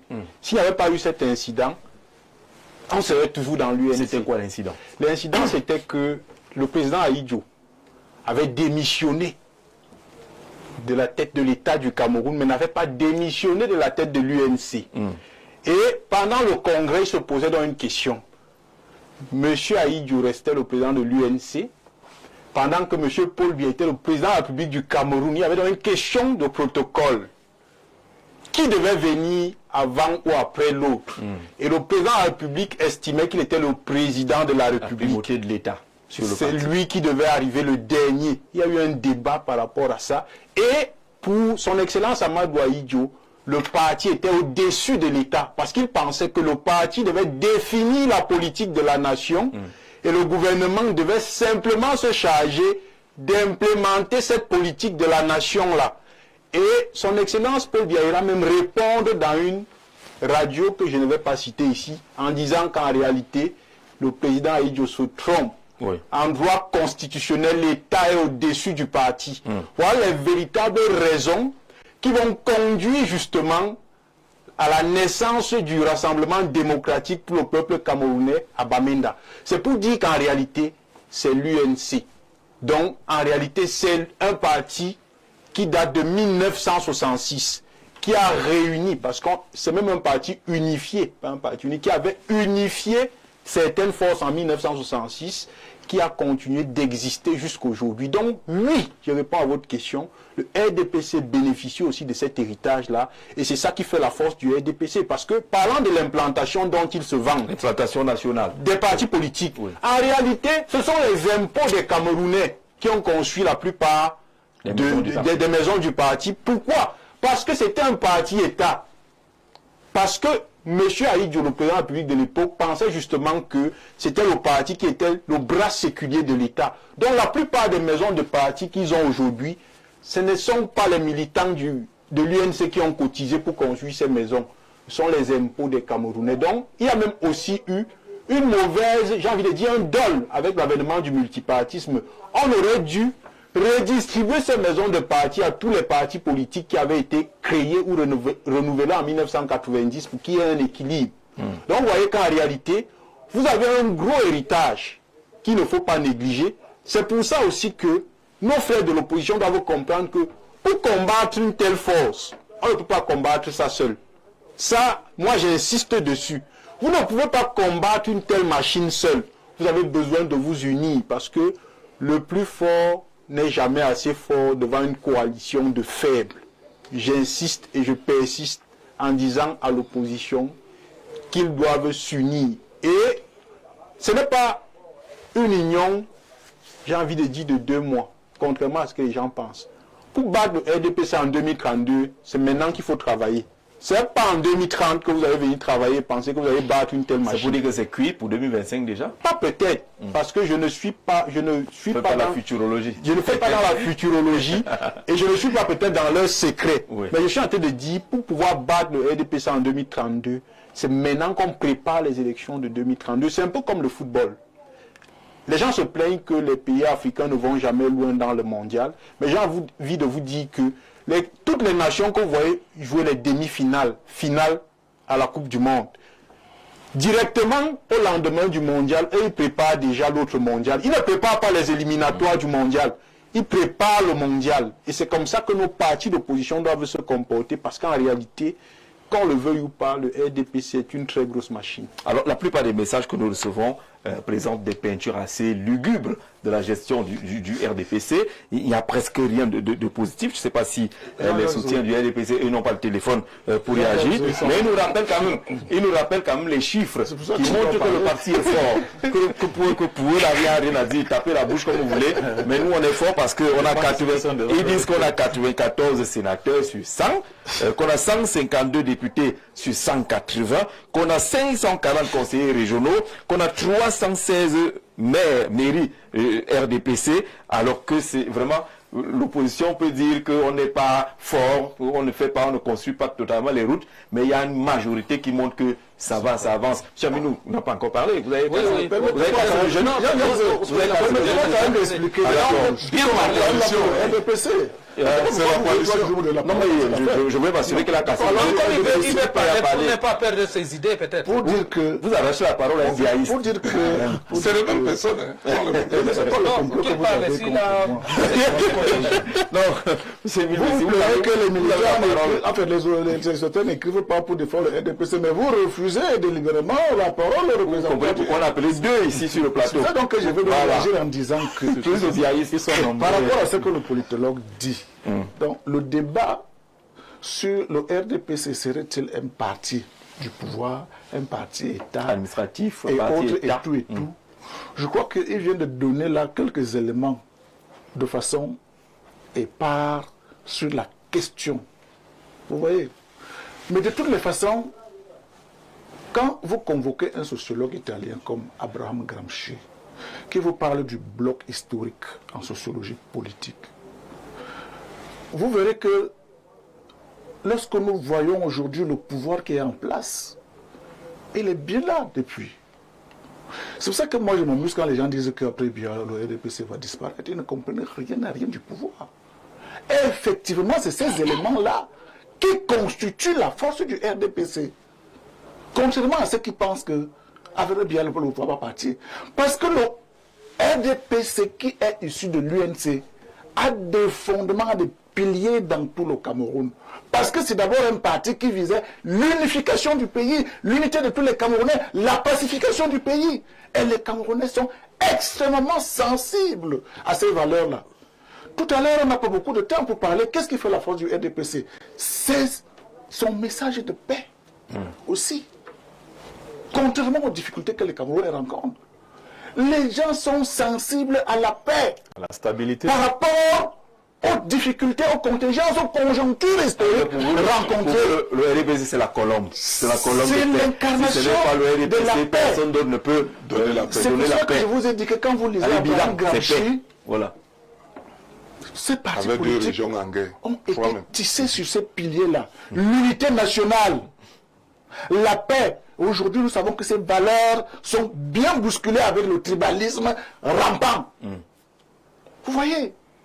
C'est pourquoi aujourd'hui, lorsqu'on parle de parti-État, parti administratif et autres là, et je viens de vous dire, j'ai cette interview du président Biya lors de cette brouille entre son illustre prédécesseur, qui, bien évidemment, voulait rester à la tête de l'UNC tant que président, puisqu'il était chef de l'État, président de l'UNC, il démissionne à la tête de l'État, et son successeur constitutionnel, qui est désormais le chef de l'État, dans des réunions, il y a eu pas mal de mésententes, que ce soit même au niveau de la formation du gouvernement, tout allait jusque-là en rose, et puis jusqu'au moment où, constitutionnaliste, politologue et tout ce que vous savez, a dit, dans aucune constitution au monde, dans une république, le parti ne saurait être au-dessus de l'État. C'est clair, c'est pour ça que le mauvais procès qu'on fait au RDPC en faisant croire que c'est un parti-État, c'est un parti ceci du pouvoir, dessus. Le chef de l'État est conscient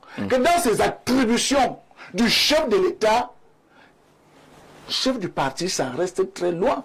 C'est pour ça que vous êtes très étonné que vous ne le voyez jamais en tenue de parti. Parce qu'il ne sait pas au moment où il est chef de l'État et au moment où il n'est pas chef de l'État. Il reste chef de l'État. Rapidement. Et il ne présente pas ces choses-là. Nous parlons du RDPC aujourd'hui. Non, c'est pas le plateau du RDPC. C'est pas le plateau du RDPC aujourd'hui. Vraiment. Vous avez parlé du RDPC. Merci. Vous n'êtes pas en meeting. Allez-y. Permettez aux voisins de parler aujourd'hui.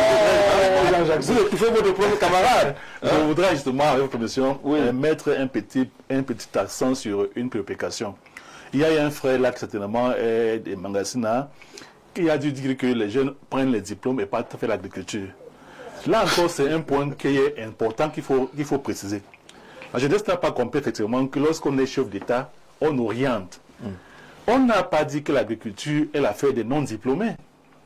Les gens doivent comprendre que l'agriculture fait partie du projet économique du Cameroun. Mais c'est important. Vous savez en quelle année le champion a promis aux gens la notion troisième génération. Il faut qu'on se convainc. Merci Dibobé. Le diplômé qui rentre faire l'agriculture et n'a pas de diplôme destiné à l'agriculture, c'est un échec. C'est un échec. C'est pas un échec. Oui, ce n'est pas un échec. S'il avait l'objectif en agriculture, l'objectif de retour de la formation n'est pas qu'on aille faire seulement ce qu'on a appris. L'école a pour but de donner quoi? De donner les renseignements. C'est quelqu'un qui est perdu. Il n'est pas le diplôme pour lequel Jean Jallet, il faut voir ailleurs. Il n'a pas un diplôme. C'est pour ça que le politologue leur parlait. Il est largué dans la nature. C'est-à-dire qu'il faut avoir un système éducatif propre. Vraiment, dès la base, il ne faut pas réfléchir. C'est pas que des diplômés, des ingénieurs agricoles. Permettez que j'explique. Permettez que je perdu et qu'on veut lui dire que non, c'est aussi bon d'aller à l'agriculture. Cette compréhension. Pendant ce temps, on a des enfants qu'on n'aime pas l'agriculture. Cette compréhension n'est pas objective. Le but de l'école n'est pas de former seulement l'agriculteur en agriculture. En agriculture, on trouve des bons juristes. En agriculture, on trouve des bons géographes. Il vous dit qu'en agriculture, on n'a pas besoin de faire le droit. C'est une notion éthique de l'agriculture. L'agriculture est un domaine qui vous dit qu'en agriculture, on n'a pas besoin d'avoir un bon complicateur. Comment on va faire pour vendre? Comment on va faire pour fixer l'économie? Comment on va faire pour parler? L'agriculture n'est pas un domaine de c'est une mauvaise compréhension de l'école. Juste en ça. Le jeune qui rentre donc qui se plaît la rentre. Il peut finir. Continuer à penser que aller faire l'agriculture est un échec, ce n'est pas comprendre là où le président veut nous amener. L'agriculture est un domaine qui peut engranger toute formation universitaire. Avec quoi? Avec la machette, la daba, là, Mais tout ce qui va avec. Sans financement? Pour faire un projet agricole, agricole, on a besoin des juristes, des économistes et même des communicateurs pour pouvoir gagner les parts de marché. Et en revanche, on a peut-être de faire que l'agriculture, c'est parce qu'on a raté. Au contraire, c'est une niche d'emploi qu'il faut absolument suivre comme le chef d'État, les jeunes de Mangasina qui sont rentrés faire l'agriculture, ce n'est pas une Ils ne sont pas perdus. Ils sont pas perdus. Maintenant, et grâce à leurs études, soit de droit ou d'économie, ils s'en sortent très bien. Le droit de la banane, de tout ça là-bas. Comment on fait? Alors, très rapidement. Ils défendent mieux leur président avantage. Alors, on conclut, on arrive à la conclusion justement. Est-ce qu'on peut bousculer finalement cette machine-là? Pour bousculer cette machine, c'est pas facile maintenant. À l'heure actuelle, là, on peut aller se préparer. Comme on dit que s'il y a une banque là, c'est pour tout le monde. Une fauteuil, c'est pour une personne. Donc les fauteuils là, que les gens laissent ça pour président Biya. Nous allons bousculer sur les banques. Mais il y a bientôt conseils régionaux, les électifs, les municipaux. On est là-bas, nous tous. Bien sûr. On part là-bas. Parce qu'ici là, c'est pas facile. Monsieur Jean-Jacques. Quelqu'un d'autre, voilà, ils ont commencé à faire leur coalition. Non? Pourquoi c'est cassé? Parce qu'ils ne s'entendent pas. C'est pas cassé. Ils ne s'entendent pas. Moi, là où je suis là, c'est vous qui dites que c'est cassé. Moi, là où je suis là, les coalitions, là, j'ai 5 partis politiques.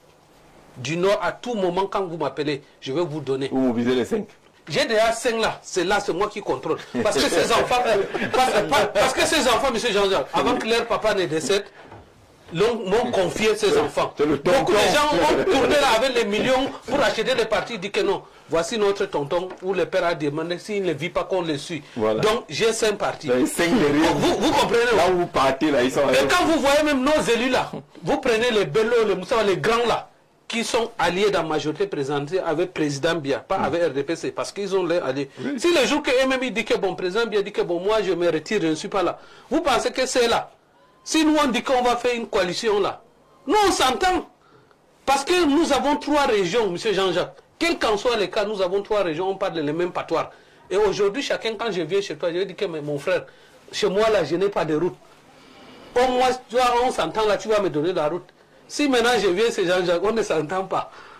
Tu ne peux pas me donner la route? Non, pourquoi? Non, pas. Nous on voit, non. Mais, M. Jean-Jacques, on voit beaucoup de gens aujourd'hui qu'on a ensemble qu'on a donné beaucoup de gâteaux de partage, qu'on a donné beaucoup. Ils nous ont donné quoi? Mais au moins, quand toi tu es mon frère, tu l'aimes, tu n'aimes pas, je viens chez toi. Et si tu tu ne me donnes pas, je te dis ce que j'en pense, je parle même devant toi. Jules du Cradat, on te salue, on a lu ton message. Tu me dis même de façon impérative. Lis mon message. Vraiment, je veux quand même lire rapidement ton message. RDPC, tu vois ce que toi tu veux que moi je lise. Pauvre pays, où allons-nous après 43 ans de règne sans réalisation, mais avec destruction? Où est passé la Sotuk, Kamrai, Kamer, il a dit Kameko, Kameko encore là, c'est Kamer qui est parti. Quand je regarde mon pays, je pleure. On se pose la question dans l'ironie, il y avait quoi avant? Mais leur part de bilan est calamité. Bonsoir Jean-José et bonne émission. Jules de Cradat, j'ai donc lu ton message. On sort de l'émission. Oui, ce que moi je voulais dire, c'est que les représentants du RDPC ici ont évoqué un certain nombre d'avancées qu'ils estiment être des avancées, en évoquant les volets économiques, le Cameroun de 1900. Il y avait quoi avant? J'espère que le citoyen qui vient de vous essayer de citer ce qu'il y avait avant leur démontre que sur le plan économique, nous sommes morts, il n'y a rien. Non, sauf que avant l'arrivée du président Biya ou avant l'avènement du RDPC, le Cameroun comptait 500 entreprises d'État. Dans le portefeuille de l'État. Aujourd'hui, nous n'avons même, eux-mêmes peuvent évaluer. Ce que je voulais dire, Jean-Jacques, c'est que la coalition que les gens réclament, le PCRN, depuis l'arrivée de Cabral Libye, ne fait que la coalition. Vous avez la coalition des partis politiques de l'Assemblée, des partis d'opposition qui sont à l'Assemblée, plus le MSC, qui travaillent depuis plusieurs années, qui ne travaillent pas seulement pour la présidentielle, qui travaillent pour la présidentielle, donc dans la durée.